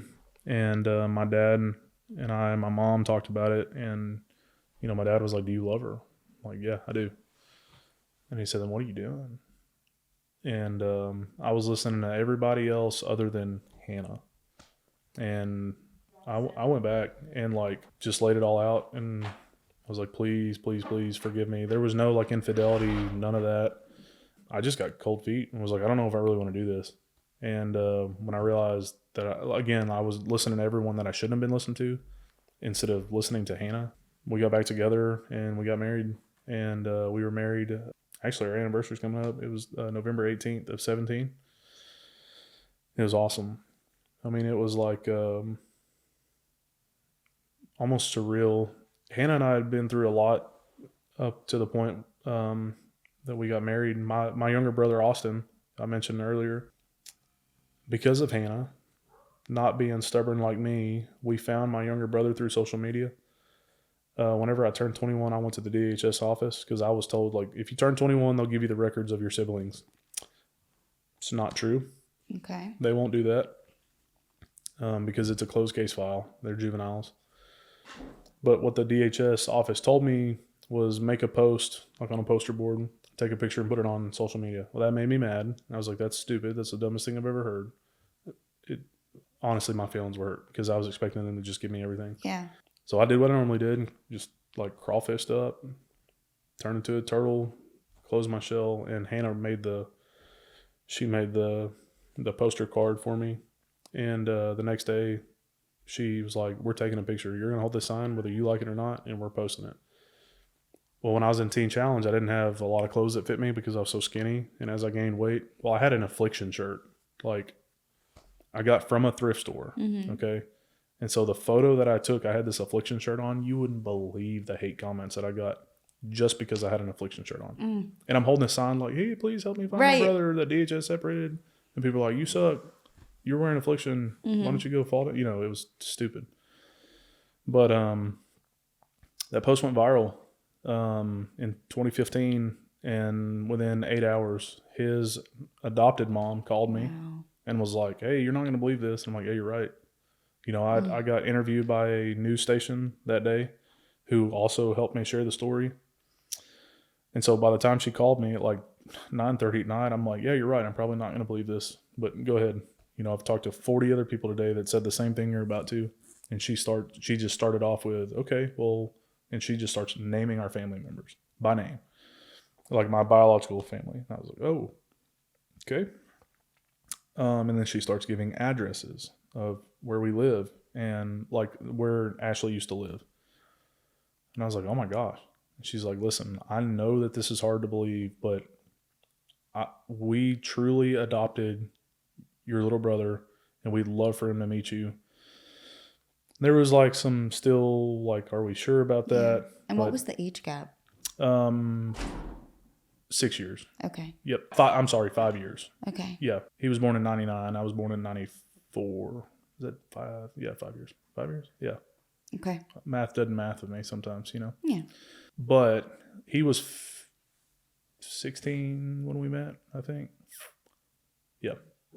But that weekend, he drove up, and Hannah has an uncle who is well off in life and has a lake house that's just gorgeous. He let my brother's adopted mom and sister and him all stay in the house. They catered. They let us all stay in the house for a week, and it was awesome. Good. It was hard because we didn't really know each other. And the first couple of days, he didn't like talk at all. And I say that I'm an extroverted introvert, but I'm really an extrovert. My wife will see this and she'll be like, "No, you're not." I really am. Mm-hmm. He's not. And now that is your full brother, right? We have different dads. Okay. But he's my younger brother on my mom's side. Got it. I don't actually have a full sibling. Yeah. Okay. But he was like the last missing piece. Mm-hmm. And now also, by this point, I'm sober. I've already been burned by literally everyone else. Yeah. And I'm like, there's no way that a kid is going to burn me. And he didn't. But we did have to have some uncomfortable conversations because he started asking me questions. And I was like, "Hey, man, we need to include your mom into this because I don't want to corrupt you." Yeah. And so his mom, her name is Leah. I was like, "Hey, I want you to be in here. Like, is it okay that he's asking these questions?" Because I know that what I went through, and I didn't know if she had been honest with him. Her and her husband. Her husband couldn't come; he was working, and she was like, "Yes, we've been honest, but we don't have a lot of the answers." And so we sat in this room, and all of us talked, and I was able to talk to him and answer a lot of his questions, and they weren't what he wanted. They were never the answers that he wanted, but it's the same way for me. Yeah. And then the last day that he was up in the town that I live in, Leah was like, "Why don't you take Austin and drive around town? Get him away from here and see if he'll talk to you." Because he was still really kind of held back, withdrawn. I took him to the house. I took him to the road. Our whole family lived on this one road in town. And he was like, "Oh my gosh, I remember that house." And it was our grandfather's house. And you could see it. Like he went back somewhere. And like, I get that. Yeah. Like, I'd do that. I've seen it. I've done it. And holy cow, the questions started coming in. And I'm glad.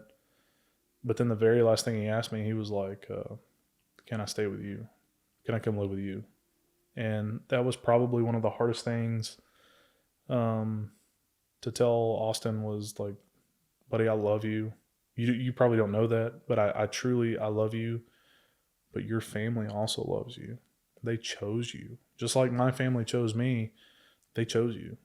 You need to stay with them. If you turn 18 and you decide like, yep, I want to move up here, we'll figure it out. But right now, you need to honor your family." And that was hard, but he understood. Mm-hmm. And he did. They did great. He has a wonderful family that loves him just like he needs to be loved. And I'm so thankful for both of them. He was able to come to our wedding. So that was really cool. My youngest sister on my biological dad's side, I kept her like this because I got burnt by Kenneth Sr., Kenneth Jr., and then Sarah, right? So I was like, she tried to come in my life, and I'm like, no, we're good. Like, you stay over there. Well, Hannah didn't understand that. And so Destiny became friends with Hannah, trying to get to me. I know what she was doing. I kept telling Hannah, like, you don't want to do that. Mm-hmm. I promise you don't want to do that. She'll burn you. She did.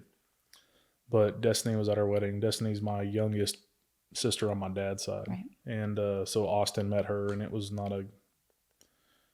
great, but we weren't going to let it ruin our wedding. Yeah. So we diffused it, and Destiny's not in our life anymore. Austin still is. Thank God. But Hannah and I got married November of 17. I had another career change in June of 18. I started working for the fire department that I work for now. And that has also been one of the biggest blessings. You know, I always knew that I wanted to help people. I actually had a dream of becoming a paramedic when I was in high school. I wanted to be a paramedic so bad. And obviously my life choices kind of prohibited that. But I applied to be a law enforcement officer before I applied for the fire department. And they took my application and threw it in the trash because I still had a DWI on my record. Yeah. And HR like literally looked at it and they're like, let's see. Nope. You're right. Threw in the trash. So things happen for a reason. I don't believe in coincidences. Applied for the fire department. I put in Judge Ohm. I put one of my old probation officers. I put the undersheriff who worked in my case. And when I applied for the fire department, there's a series of interviews. The first one's like with the Civil Service Commission, and then a new hire committee, and then the chief officers.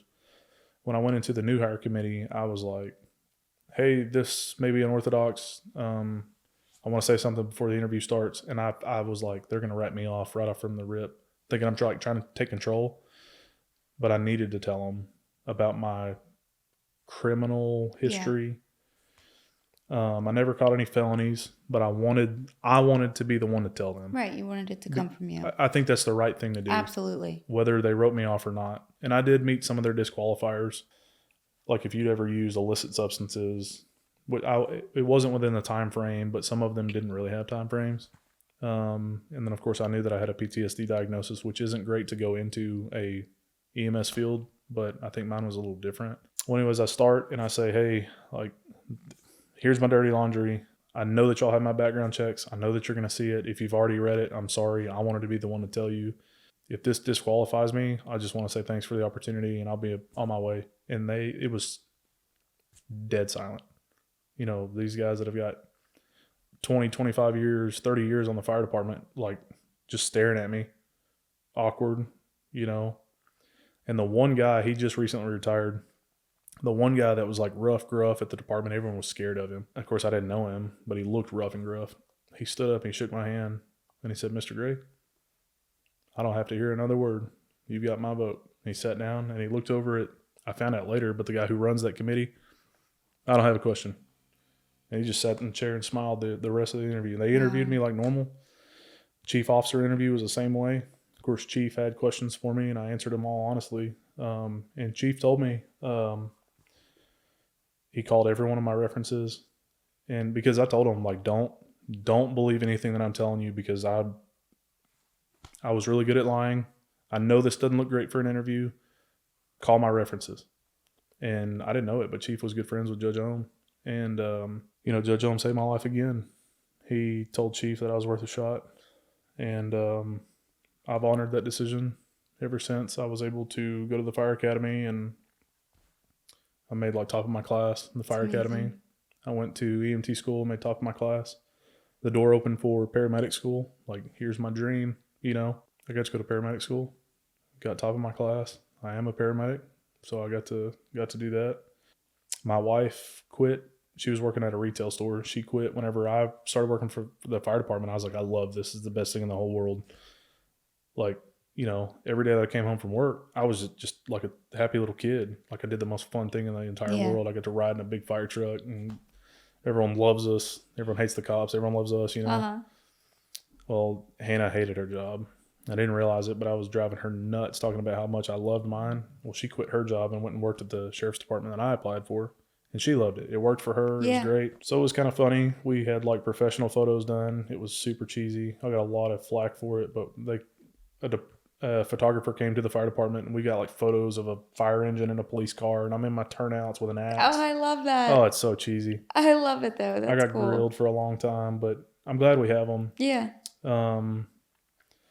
COVID hit, and we also found out that we were pregnant.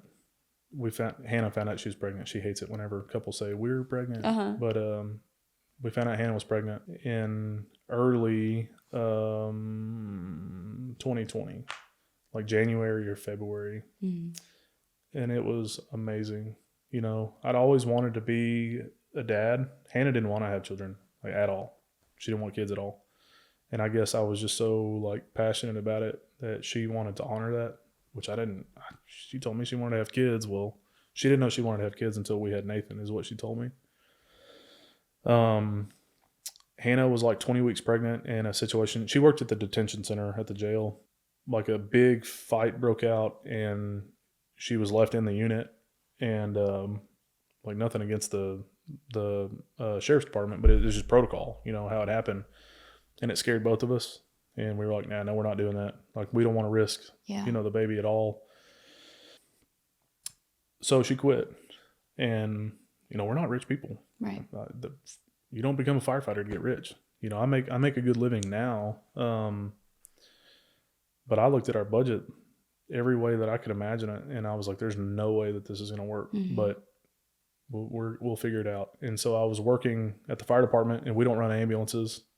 But there's an EMS agency in town that I started working for part-time on my days off at the fire department. You know, we work 24/48s. I'm on 24, I'm off 48.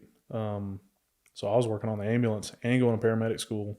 I was either at the fire department on an ambulance working, or on an ambulance doing clinicals. And I was working 100-hour weeks every week. Like, my long weeks were if I was working fire department and LifeNet is the company, the EMS agency, I was working 72 to 96 hours a week, and sometimes more than 100.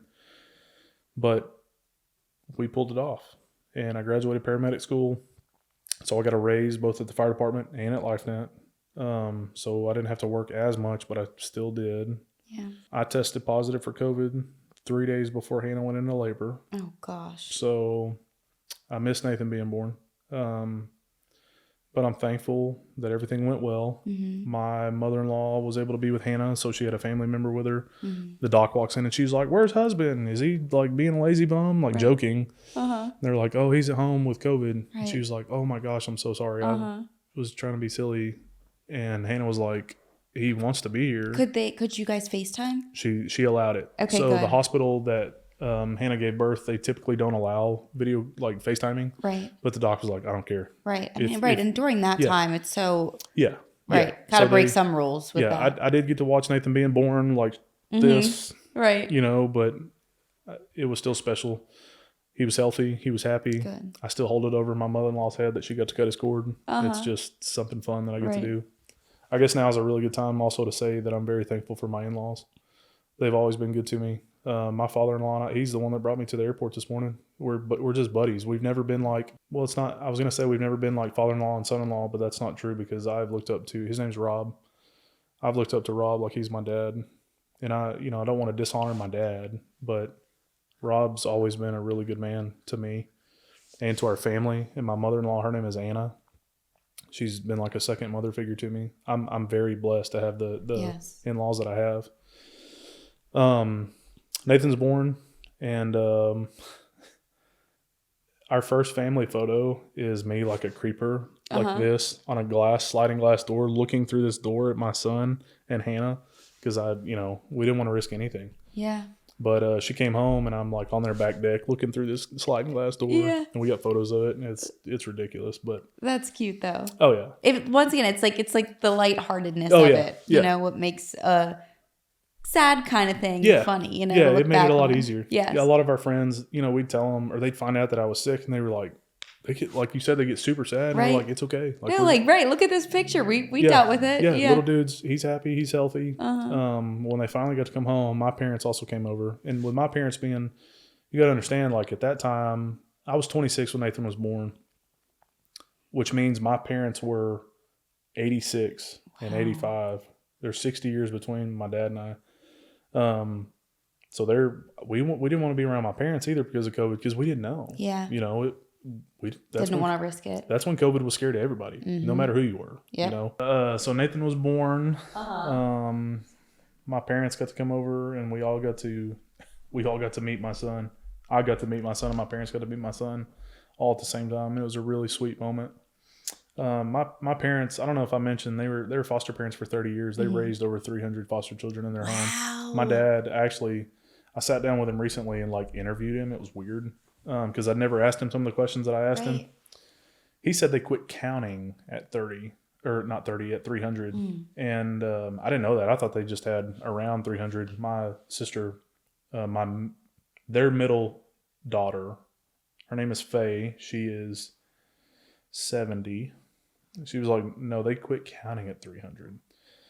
One of the things about my adoption, there was like a backup plan because my parents were so old. My sister Faye was going to take custody of me my parents died early, which I was very blessed. I lost my mom 2 years ago, but I had my parents all the way into adulthood. Yeah, thank you. But it was weird. We shared that the other day with a couple of people. Like I had a backup mom. Like that's what Judge Cook called Faye, but it was a real deal. But it was a really sweet moment because my parents finally got to meet my kid. Yes. And it was like this real surreal kind of like, it's finally full circle. Yep. And life was great. I worked full-time fire and then part-time LifeNet, and I loved it. Don't get me wrong, I love being a firefighter. I love fighting fire. I never thought I wanted to be a firefighter. And then I remember the first structure fire I went in, you just go in it. You don't really think about it. You don't have time to. Yeah. Yeah. And then I finally realized, and it's not like what you see on TV. You can't see anything. It's so black. It's so dark. The smoke's so dark. You can't even see your hand in front of your face. Well, once most of the fire was out and I could like not tunnel vision and actually think, I was like, oh my gosh, I'm going to burn a building. Like, this is awesome. I love, so that was like confirmation. I'm in the right field. Nathan's born. I've got my paramedic. The ambulance was like my ministry. I loved that ambulance, which is weird. People think I'm a weirdo because not everyone likes the ambulance. I loved it. I worked those really long weeks, like 72 and 96 hour weeks, up until like May of 22. And I hurt my back and I had my first back surgery, like May 23rd. Of 22, and I was off I went back to work on August the 1st of the same year, and I had to take it easy. I still went back to the ambulance, which probably wasn't the smartest thing, but I had to, like financially. I promoted also during the same time frame after I made medic. So we had a lot of financial hardship initially, but then I promoted, I made medic. So with me making medic, our department offers a 10% of your salary incentive, which is like the best incentive we offer. So I promoted and got more money at the primary job, and then I got more money as a paramedic. So things got a little easier. And again, I probably didn't have to work as much as I did, which I need to give Hannah a lot of credit because when she was pregnant, I wasn't emotionally involved like I should have been. I was gone all the time. And when I wasn't, I didn't know how to like show that I was excited. There were expectations that I didn't meet, and that's 100% on me. I think too, for everything that you have gone through, it's not an excuse, but it's a learning curve. Yeah. And I think with work, that was something you didn't, like you said, you didn't really have to think through. You just knew that it was a really good, something that made you feel good. I feel like it was probably a really good distraction. Yeah. You didn't really have to pour your emotion in. Yeah. But then with a relationship, it's like you can love somebody but not know exactly how to show that love. Yeah. Well, and I dropped the ball big time, and I've taken full accountability for it, and Hannah has forgiven me for it. And it's not that I was mean. It's not that I was not loving. It's not that I didn't express that I was excited for the baby, but for Nathan, but I could have done a lot more. I really, truly could have done a lot more. And I regret that looking back, but we're past it. We're moving on. I love him more than I ever thought I could love a human, But I worked until I had back surgery. I went back to work full throttle. My first week back, seriously, my first week back after my first back surgery, I clocked 137 hours. But I was working a couple of, that's also people will say, well, how do you do that? There's like 160 hours a week. I'm working 24s. That takes a lot of it. Yeah. You know, I think I worked an overtime shift at the fire department that week too. So that was like a 48. And then I worked almost every other day of the week. I was working a 12 on the ambulance except for one. And I actually worked like a 27 because I stayed over. I worked a full night shift and then hung over the next morning. So although that sounds like a whole lot of hours, I'm also sleeping at the fire department. I work for a pretty slow department. So I'm sleeping those were my days off, were at the fire department. Still in the middle of COVID. Life is just good. We're learning how to be parents. Nathan was a wonderful kid. I was hard on Nathan. I still am sometimes hard on him in the aspect of I want him to know what's right and wrong. And he does. Nathan's a wonderful child. I was really hoping the day that we video called that Nathan would be with us just so you could, he's the sweetest kid. And I know parents are biased, but I promise you Nathan's the sweetest kid you'll ever meet in your life. But I'm hard on him, or I was hard on him on certain things. And it was always the things that would hurt him, you know, like you can't jump on the couch, you can't stand up on the bed, da-da-da-da-da-da. And a lot of my family, and when I say a lot of my family has died off. So when I say my family, a lot of my in-laws, and we disagreed on some things, but I wouldn't budge on it because like car seat safety, things that a lot of people think are frivolous. You know, when you work on an ambulance or you work in a fire department and you see dead children. Yeah, you see it all. Changes your perspective. Right. So I didn't budge on it. And I was tough on Nathan on manners and respect and being just, you know, a good kid.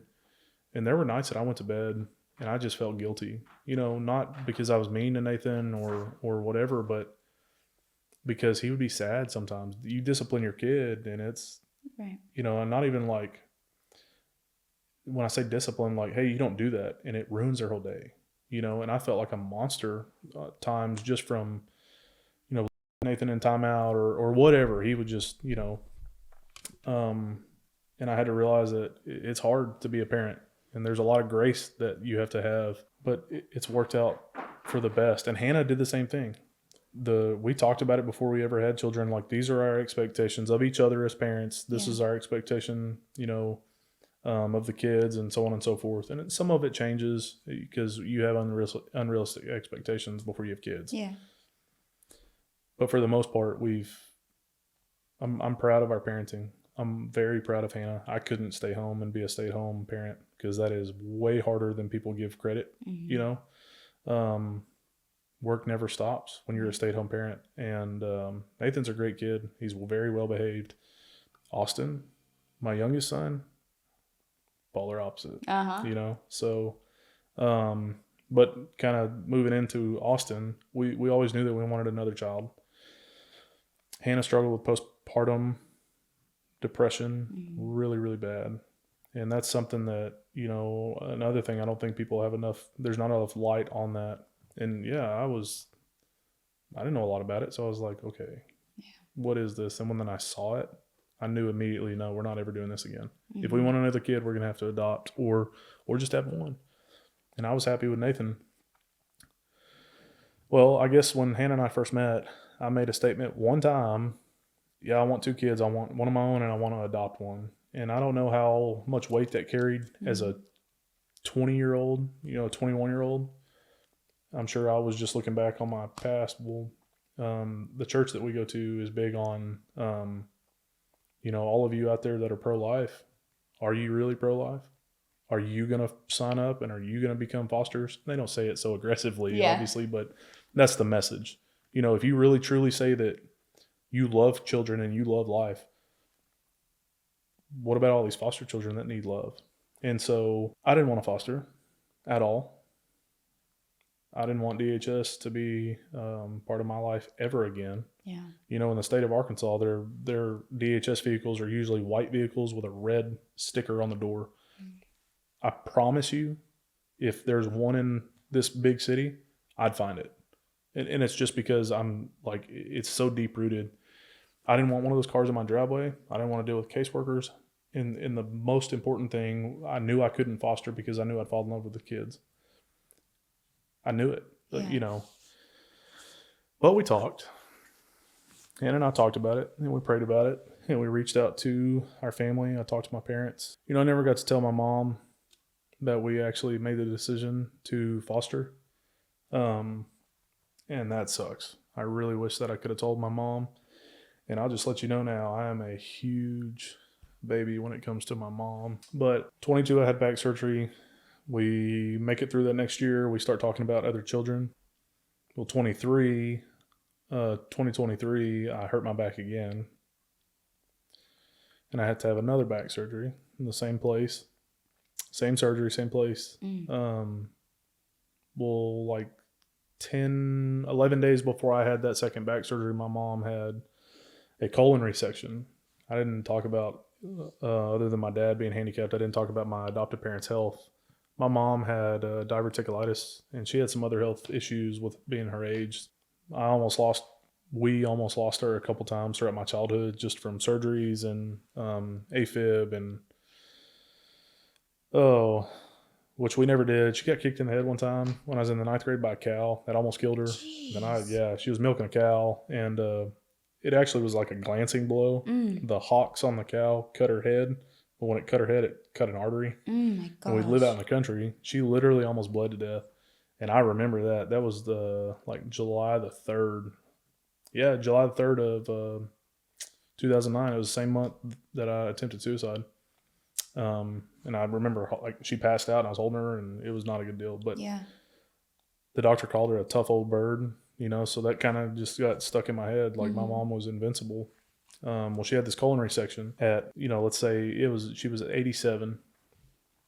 That's a huge, huge, huge traumatic surgery for someone that old. Surgery was successful. It was good. Well, they sent her home. The incision opened from the swelling, which wasn't the big deal. It wasn't huge, but she ended up going back into the hospital with an infection. Still not the big deal. They got it under control, and then she went in AFib. And if you're not familiar with AFib, like you have to control the arrhythmia, but you also have to use anticoagulant therapy, because in AFib, the atrium of your heart don't function correctly. So basically the blood in the top of your heart pulls and it clots if you're not on anticoagulants. They couldn't put my mom on anticoagulant therapy because of the huge incision. They didn't want her to bleed uncontrolled if something were to happen. They were able to control the AFib and keep her rate down, but she still ended up throwing a clot, and she had a massive stroke. And, my dad, she was home when it happened in bed, and my dad didn't catch it. And it's really stupid for me, but I was really, really, really mad at my dad. And he's an old man. He's not medically trained. He checked on my mom early that morning. It was like September the 9th, whenever it happened, when she had the stroke. And he walked in early in the morning and checked on her, and he said he thought she was mad at him because he was like, well, she wouldn't talk to me. She just mumbled.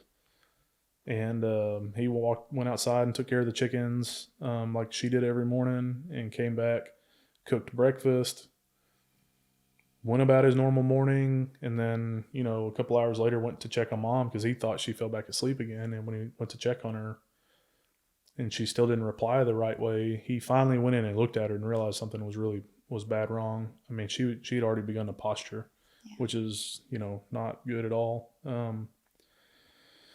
I'll get a phone call from my dad, and he's just incoherent, and I can't get any information out of him, any good information. All I can get is mom has had a stroke, and I'm like, why are you calling me? Call 911. The ambulance is here. Perfect. I'll talk to you later. I'm in paramedic mode, and it is what it is. It's weird. You shift. There's stuff that has to be done. We'll deal with the emotions later. So I hung up with my dad and I called dispatch because I've worked for the company. I called dispatch. Who's the truck that you sent to my parents' address? They tell me. I hang up with them. I call that paramedic on his cell phone because we're friends. And in the world of EMS, there are good paramedics and there are not good paramedics, and it is what it is. And the good paramedics, you just know how they operate, to trust them. If it's not a legit emergency, no, we're not going to run lights and sirens to the hospital. If it is a legit emergency, some medics still won't run lights and sirens because it's so much more dangerous, and we can get things done in the back of the truck. This paramedic was one of those guys that he's not running lights and sirens unless they're going to die. Like in 10 minutes, they're going to die if we don't get there. And when he answered the phone, I could hear the sirens, and I didn't even have to talk to him. And when he answered the phone, he didn't even say hello. He just said, "Dude, I'm so sorry." And I was like, "Great house. I don't have time for that right now. I need to know what's going on." And he was like, "It's bad." It's okay.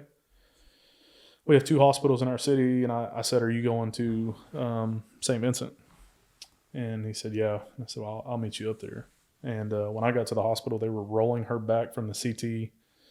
And the girl that was rolling her back was my wife's best friend who worked in CT, and her name's Kristen, and she was sobbing because it was obvious. Well, after my second back surgery, I kind of petered off of, after my first back surgery, I quit working on the ambulance as much and started working at St. Vincent in the ER. So not only did I know the doctors and the nurses from working on the ambulance, but now they're my coworkers also. So I get to the hospital, and like the nurse who's over my mom, we're friends. The doctor over my mom, we're friends. And everybody is just like, just solemn. Everybody knows. And everybody's like trying to sugarcoat it. I'm not ignorant, to emergency medicine, because that was like my favorite thing in the entire world. So when I got to see mom, you could tell it was a completed stroke. She was postured. It was a right-sided stroke, so she could still talk. She was very slurred. She was somewhat coherent. She was in trauma 4 at St. Vincent. And I knew that my parents had advanced directives and DNRs, but you don't think about it until it's time to implement one.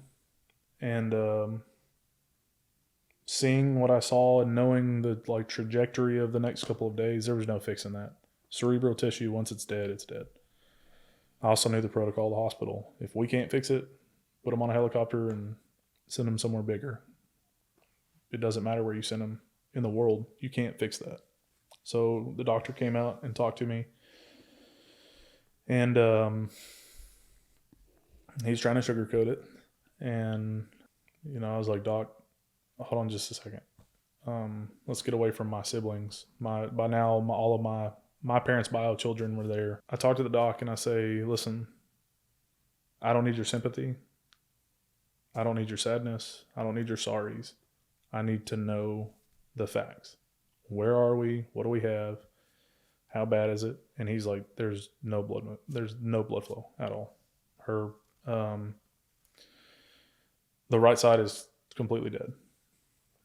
And I said, "Okay, she has a DNR. It will be honored because she wrote it. She filled it out. She wants it. And don't you dare fly my mom out of this hospital." And he's looking at me. He's like, "Well, we can go to, UAMS." And I'm like, "Don't you dare ship my mom around and make us chase her. Just make her comfortable." And it looked like I slapped him. It looked like I reached out and slapped him, and you could tell that he didn't want to do that. He wanted to try, and it's like he wanted to try because obviously he wants the best for his patients, but there was something to be said about, like, we had a friendship. He knew that this was important to me, but I want to say this before I get into the next thing.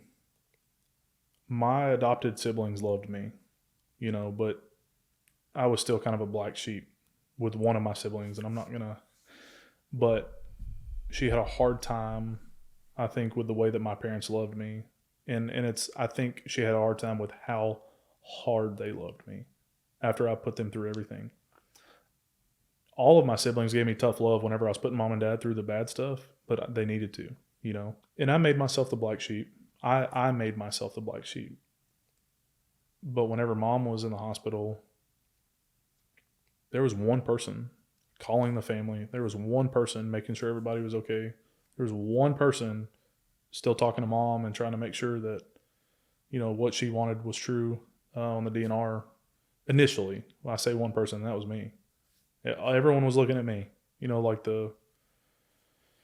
don't want to say the scared little kid because I wasn't a scared little kid anymore, but like the adopted kid. Yeah. And that's how I felt. I felt like, oh, all of a sudden now y'all are looking at the adopted kid because I work in this field and I know all these people for me to do it. And I was bitter for, a little while. Stupid, but that's how I felt. I was mad at my dad. I was mad at my siblings because I was like, oh, I don't get to grieve too,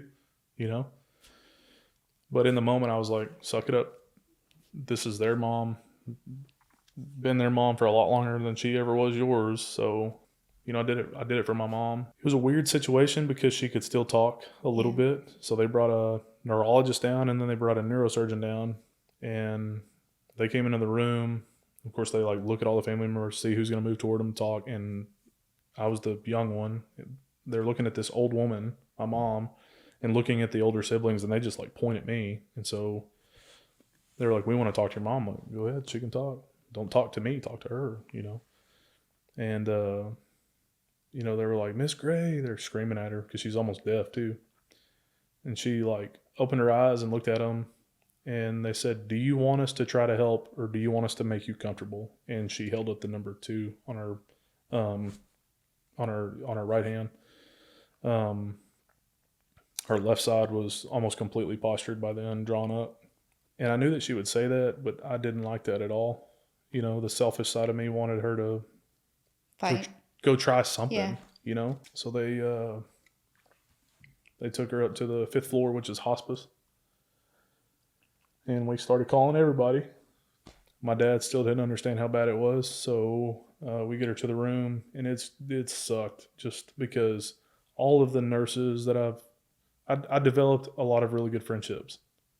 As an adult who knew how much of a piece of crap I was, I tried to really be intentional on being a good person and being a good paramedic, being a good coworker, being a good friend. And so I was able to build a lot of good friendships. And it sucked because everyone needed to grieve. But right in that moment, I was like, why is everybody grieving right now? Like, let's all suck it up. Let's get through this.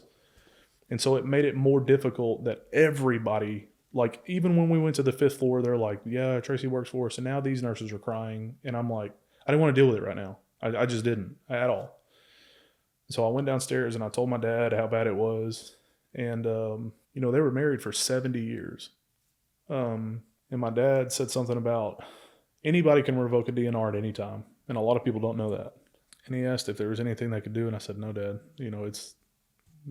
we have to honor what mom wants. And we kind of butted heads on that for just a second.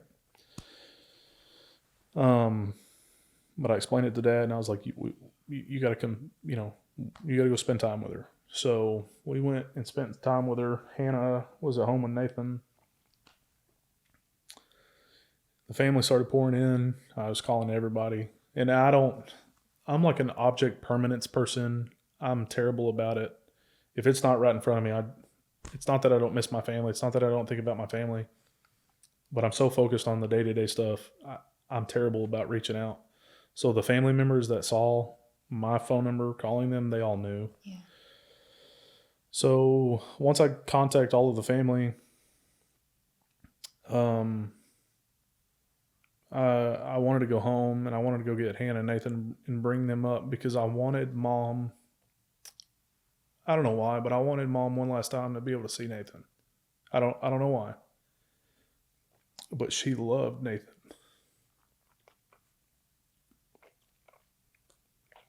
So,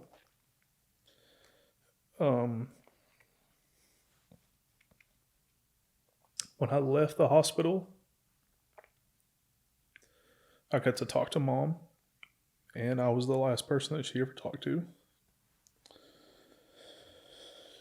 And I just said 2 sentences.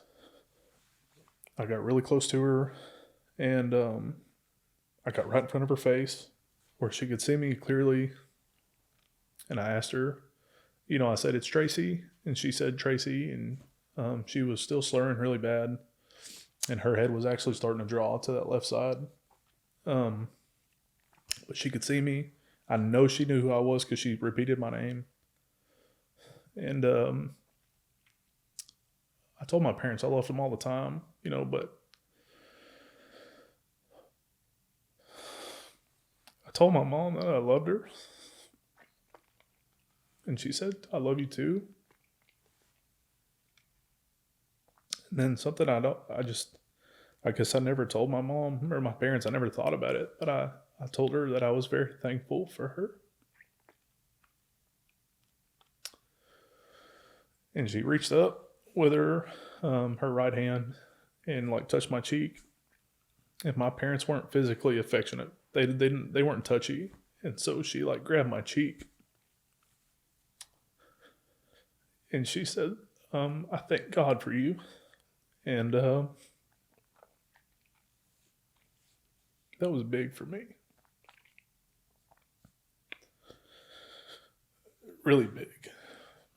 Because I finally felt like I was able to finally tell my mom what I needed to tell her a long time ago.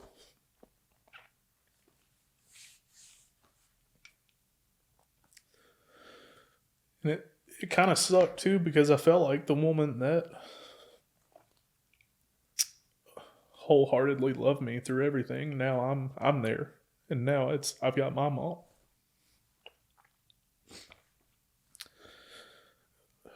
I went home and Hannah was like, why do you want to take Nathan up there? That's weird. And I was like, we're doing it. We're taking our son up there to see my mom. And she was like, yep, we're doing it. Let's go. And so we went. And by the time we got everything done and finally up there, mom was, she was unconscious. She wasn't unresponsive. Or she was unresponsive, not unconscious. I'm sorry. And I thought, am I going to traumatize Nathan by, bringing him up here? But I know that I didn't, because he needs to see that. And when we came into the room, I kept him away from mom for a second. The family wanted to talk to us, and I was having a hard time, is what it really was. I didn't want to go back to mom. And so Nathan was kind of bashful, but I finally got him to start talking. And one thing that I always did with Nathan is I always used to sing old gospel hymns to him at night.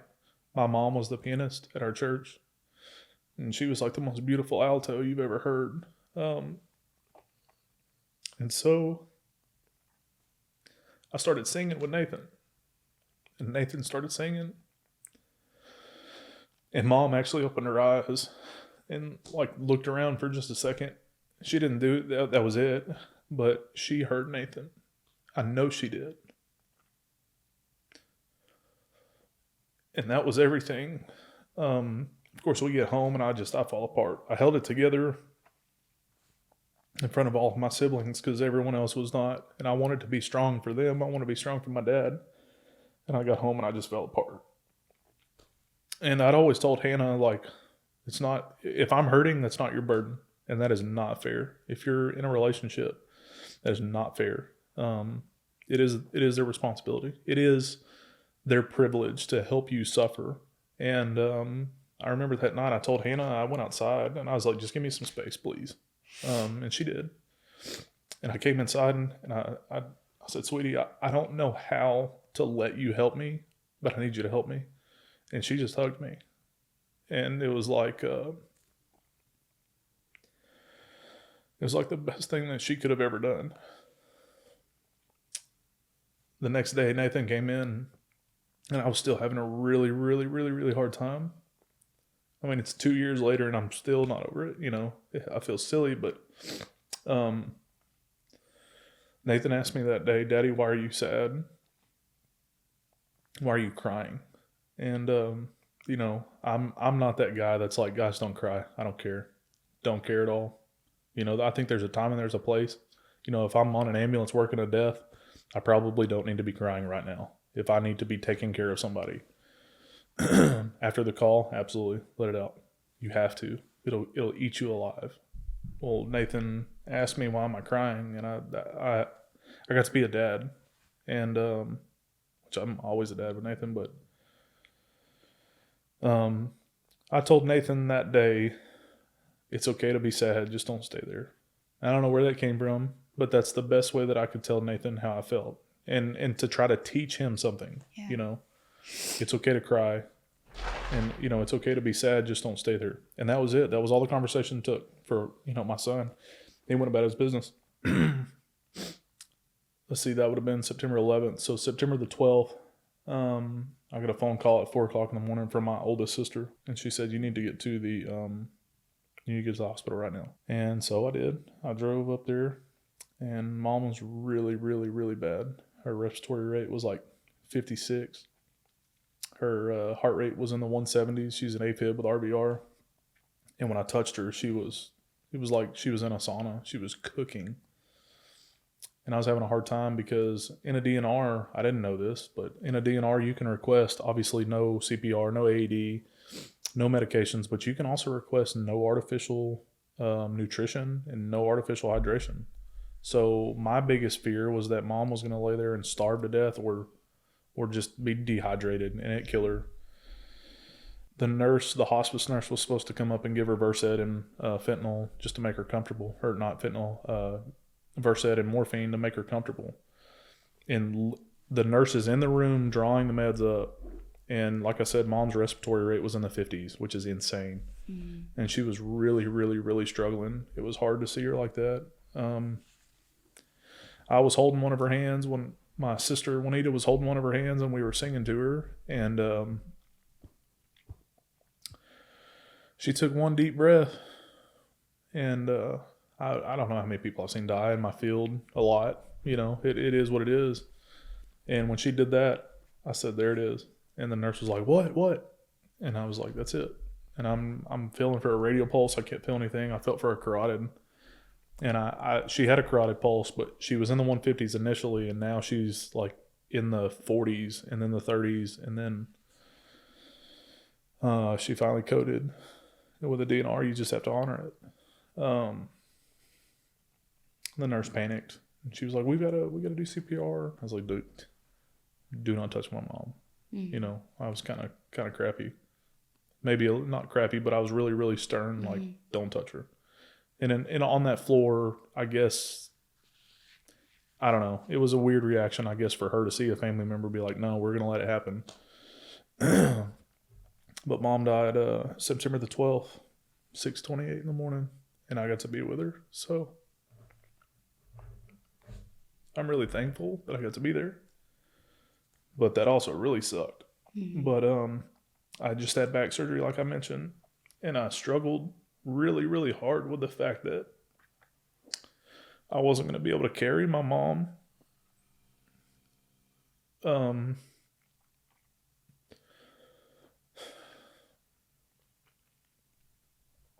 then we get to the funeral, and the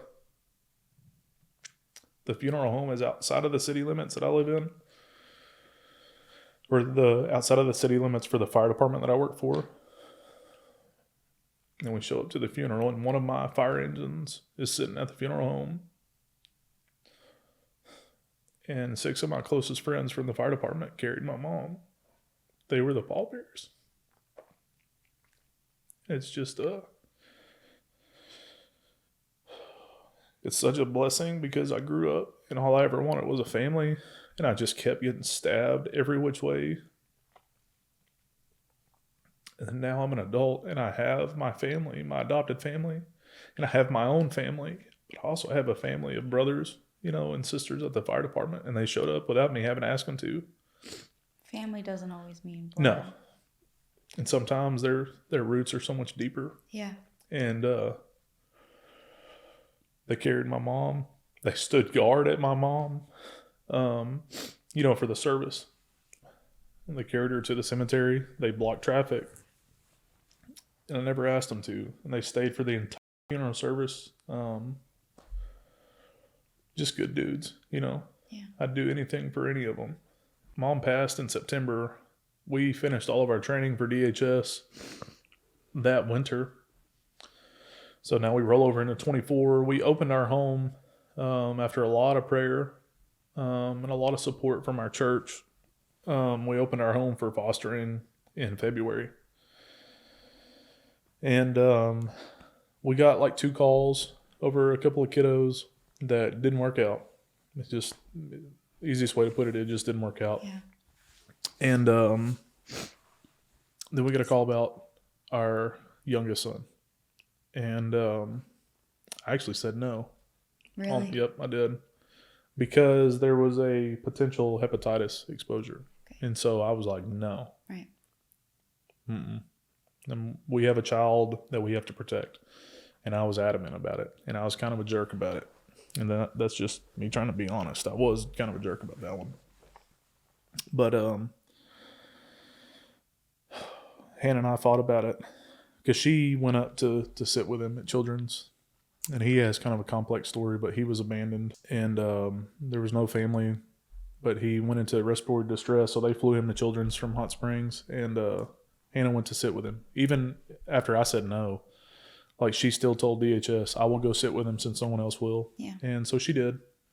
Hannah has a heart of gold, and I finally broke and said, all right, let's do this. But I talked to a couple of physicians at the hospital that I worked for, and they were like, dude, there's a cure for Hep C now, like a definitive cure. Yeah. Why are you freaking out? It's okay. And so I was like, all right, well, let's try it. And exactly what I thought would happen when I saw Austin happen. When she handed me that baby, I fell in love. Mm-hmm. He was just like he was my son, Nathan. And we fought for 13 months. We hired an attorney. A couple of weird things happened where an adopted family member from halfway across the country came up and said that they wanted him, but the way that she went about it, she sent an email to DHS, like as a whole, not even anyone specific. Yeah. And it turns out that the grandmother, it was her sister, her adopted sister, who put word in. Anyways, it didn't work. Yeah. And so how old was he when you guys got him? he was 10 days old when we brought him home. Wow. Yep. We only ever had one foster child, and it was Austin. And he only ever had one set of foster parents, and it was me and Hannah. That's amazing. And we were very fortunate, very blessed. He's happy, healthy. Well, happy, maybe not so much those first couple months. Mm-hmm. His mom didn't make great decisions, and I don't want to speak ill of his mom, but he had to detox, and he struggled the first couple months. I mean, big time. And Nathan was an easy baby. Austin, no, not at all. Not an easy baby. But it taught Hannah and I a lot, and it showed us how much love, we had to give, and how much he needed. You remember me telling you about telling Nathan it's okay to be sad, but don't stay there? The day that we found out about this adopted great aunt, I was at work. I promoted to a position at the fire department to where I'm in administration now. I work Monday through Friday. My title is medical training officer. So I was at work in the middle of a fire academy, teaching our own fire academy. And Hannah called me and was like, you need to come home now. She's boohooing. And I'm like, okay. So I leave work. My partner takes over. I get home and Hannah's just like dry heaving. She's so worked up, crying. Can't get anything out of her. And then she finally tells me, and like a ton of bricks, just stops your whole life, it feels like. So I'm like trying to be it's okay, just calm down. This isn't going to happen. I didn't know, but I'm trying to, comfort her. But we get through like the big part of it and we get calmed down a little bit. Hannah's still crying. Well, Nathan gets up from his nap and comes down the hallway, and he's like, he sees Hannah crying. He walks up to her and gives her a hug. He's like, Mommy, it's okay to be sad. Just don't stay there. I said that to him once. And that was another thing for me that it came full circle. Yeah. This is almost a whole year later. And of course, Hannah's like, oh my gosh, I can't believe you remembered that. Had Hannah and I not plugged in as hard as we did at our church during this time frame, I don't know that we would have made it, honestly. Not necessarily our marriage, but just we needed a lot of support and we didn't know how to go about it. And I'm glad that we went the direction that we did. We found some really, really good people that are close in our lives now. We're so thankful for them. We learned that, we're not meant to be isolated. We're built for community. We're built for friendships. We're built for family. And sometimes you have to let other people help you carry your load. And that's humbling because we feel like everybody else has hard things to go through. Why would we give you any of ours? But that's what we're here for, together to help each other. And we push through it. And then March of this year, we adopted Austin. And again, I guess my firemen just love to watch me cry. I don't know. But we're standing in the courtroom or in the halls of the courthouse. And literally a third of my fire department shows up. I didn't ask any of them to come. Some of them were on duty. Some of them were off duty. And every one of them that showed up, I was like, dude, I just quit crying. But we got a big picture of everyone in the courtroom of all the guys and me and Hannah and the boys. I got it on a 3-foot by 2-foot canvas and put it above my desk.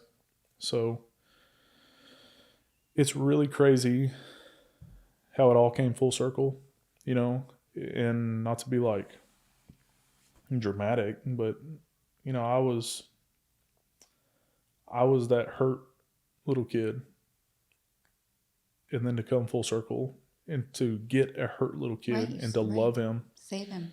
We had to do a adoption bibliography because he was put on an adoption registry, and we were top of the list, thank God. But the lady who did the adoption bibliography, it was a FaceTime.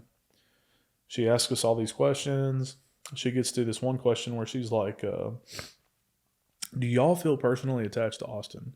Well, his name wasn't Austin. We changed his name. Do y'all feel attached to, I'm going to just call him Austin. And we were like, yeah. We give her a textbook answer. We've had him since day one. He's only ever known us. He's got a relationship with our son, yada, yada, yada.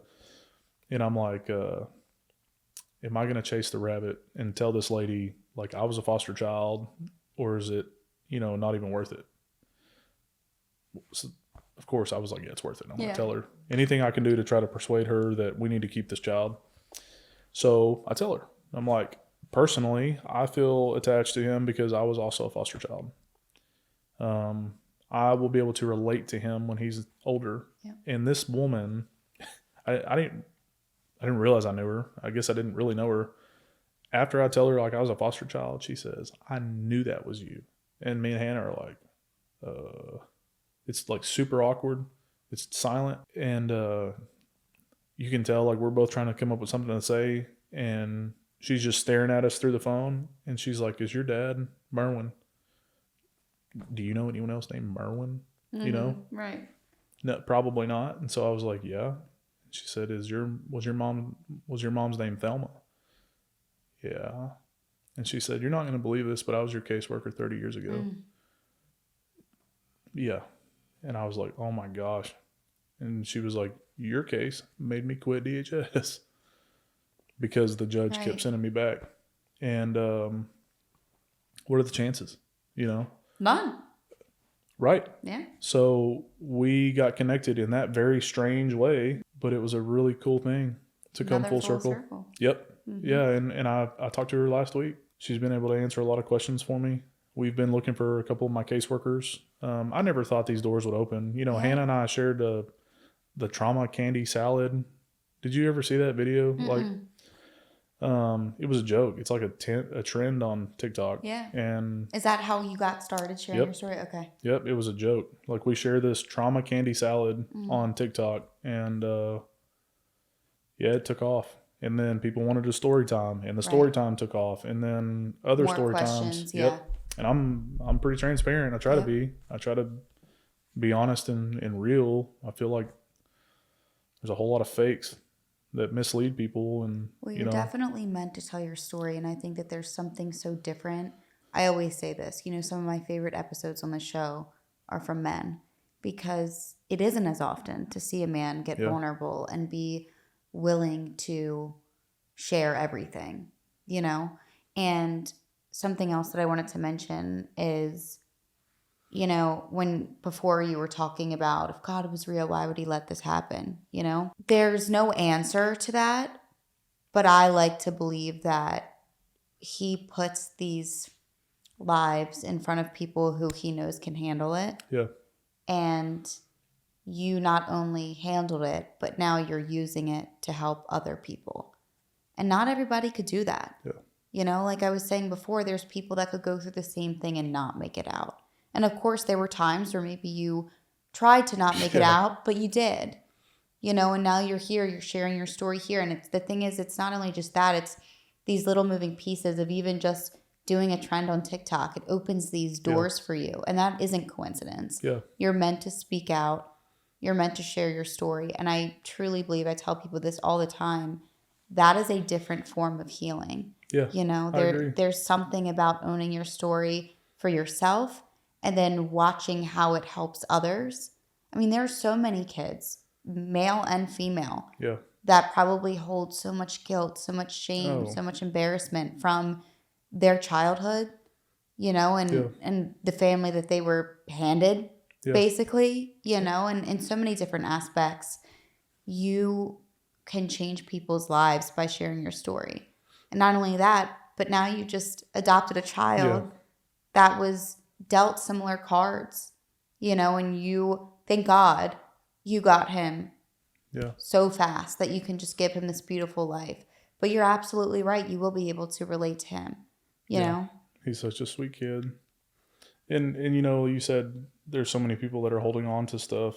We have had, again, I never thought that people would be interested in it, and then I never thought people would reach out.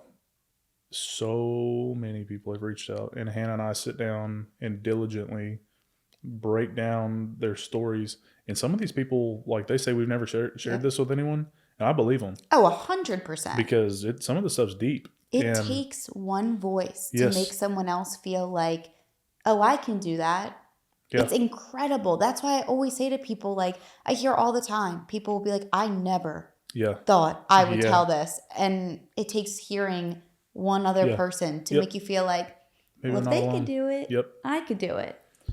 Yeah, and we're so blessed that people have trusted us. Yep.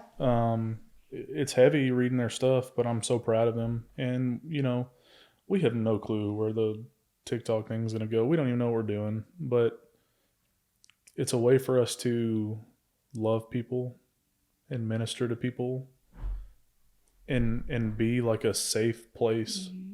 And we tell the people that interact with us the most, I'm old school. I have a steno pad. Yeah. I have their usernames written down, and I say, hey, if you feel comfortable like telling us your real name, I got their real names written down so I can, like, I want them to know that I truly care. Yeah. And someone called us. Imagine if you had that community at that age. You know what I mean? It's things like that it's like, if you could even just change one child's life, you know, like a teenager or somebody that's going through the things that you went through and has a phone and then finds you and your story. It's so inspiring. Yeah. People, I remember the hardest times in my life.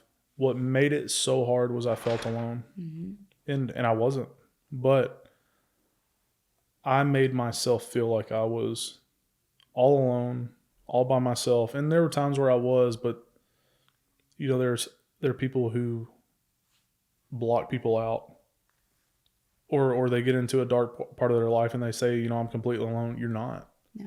Even if you don't know me or you or the other thousands of people in the world who have not the exact same story, but one very similar, you're not alone. Right. And there are people, and I'm sure there are a lot of people that hear us tell these, you know, these individuals, like, we love you. You don't know that. You may not believe that. That's fine. I don't care. We love you. Yeah. People love you. People think highly of you. You know, all of the pain that is in you right now, you just have to trust me. It will be replaced with love someday. You may not know the purpose of your story right now, but in the future, it'll be to share and help other people heal. But that's so hard to listen to when it still hurts. Yeah, when you're in the midst of it, for sure. And I think, too, it does go to show that you don't, like we were saying before as well, you don't have to have blood-related family or friends to have a community. Right. Even if that community is solely online, that's still incredible. That's still huge. That still makes the biggest difference. And that, you know, I always say social media has its pros and cons, but that is such a big pro because, you know, years and years ago, that wasn't the case. You didn't have these outlets. You couldn't Google things. You know, you couldn't find different groups and all these resources. They weren't at like your fingertips like they are now. Oh, exactly. And I think that aspect is so incredible, and it makes the biggest difference. And, you know, I mention this too all the time, to be able to type something in on YouTube and hear somebody's just raw, authentic story. Yeah. That can make the biggest difference. And it does. I agree. And we talked, whenever we did our, when we talked the first time, I want to say it again. I genuinely commend you for what you do and giving people a voice. You're doing huge, huge, huge things for these people. And I'm sure you probably see a lot of the impact that you have, but I bet you don't see even, half of what you're doing for people. And that's really important. Thank you. I appreciate that. Thank you for the opportunity. Thank you for the hospitality. Of course. You did incredible. Truly. Like, was this your first time telling your story, like, in depth, beginning to end? Yeah, like this. Oh, yeah. I mean, incredible. I don't know that that's not easy to do at all. No. But you are just, the way that you describe everything that you went through and how vulnerable you get, it is so truly, like, I feel like the word inspiring is thrown around a lot, but it is incredible. There's no words, genuinely. Yeah. And you should be so proud of yourself. And I know sometimes, just like you just said to me, it's not always easy to recognize those things, but to come out the way you have, and not only that, but then be willing to tell hundreds and thousands of people about it, is unheard of. Well, I remember the darkness, right? And I remember I've got forgiven tattooed on my chest from shoulder to shoulder, because I needed a reminder. Yeah. Every day. And when you go from remembering the hurt and the pain, and then seeing how happy you can be and how peaceful life can be, I'd shout it on the mountaintops if people would listen, but I've never known how to. Right. So. Right. You weren't given the tools. Yeah. And it's scary. Yeah. People don't talk about that enough either. It's like, I don't think people want to not accept it. They don't know how. Yeah. And they're terrified. Yep. Because if you let that in and you're disappointed, it's like, well, let's go back to square one again. And who the hell wants to deal with that? Nobody. No. So it's almost like you really have to be willing to just get vulnerable and be like, let me try this for me. Worst case, we do it again and again until we get it right. And it is scary, and it sounds cliche, but it does make you stronger. And it always, always teaches you something. I agree. Yeah, I agree. I think that sharing is healing, because you get to share it, and it makes you like rationalize it and feel better about all of the things. But there have been people that I've shared my story with, and they're like, "Oh my gosh!" I'm like, "Listen, let's not get stuck on the bad. What I'm trying to tell you is you're not alone." And then to see there's a couple of people in specific that I have seen make changes, and I take credit for none of it, zero. But I know that helping them find how to start opening up and find help, there's not anything better. I don't think. And if my sons, either one of them, Nathan or Austin, not just Austin because of his situation, but I know what to be as a parent now, because I had the best example. My adopted parents, I don't know how they did it. I mean, I truly don't. Yeah. So it gives especially me hope. At their age, that's not easy. Oh, I know. Listen, at all. I feel like the odds were against them. My mom was a gangster. Yeah. And my dad was a big teddy bear, but between the two of them, they had enough fire. Amazing people. Oh yeah. Same with you and your wife, truly. All just amazing people. I appreciate that. Of course. Oh. You did amazing. Thank you. Thank you. Was there anything else? You think you got it all? No, I think I got it all. Okay. I think. I'm sure you did amazing.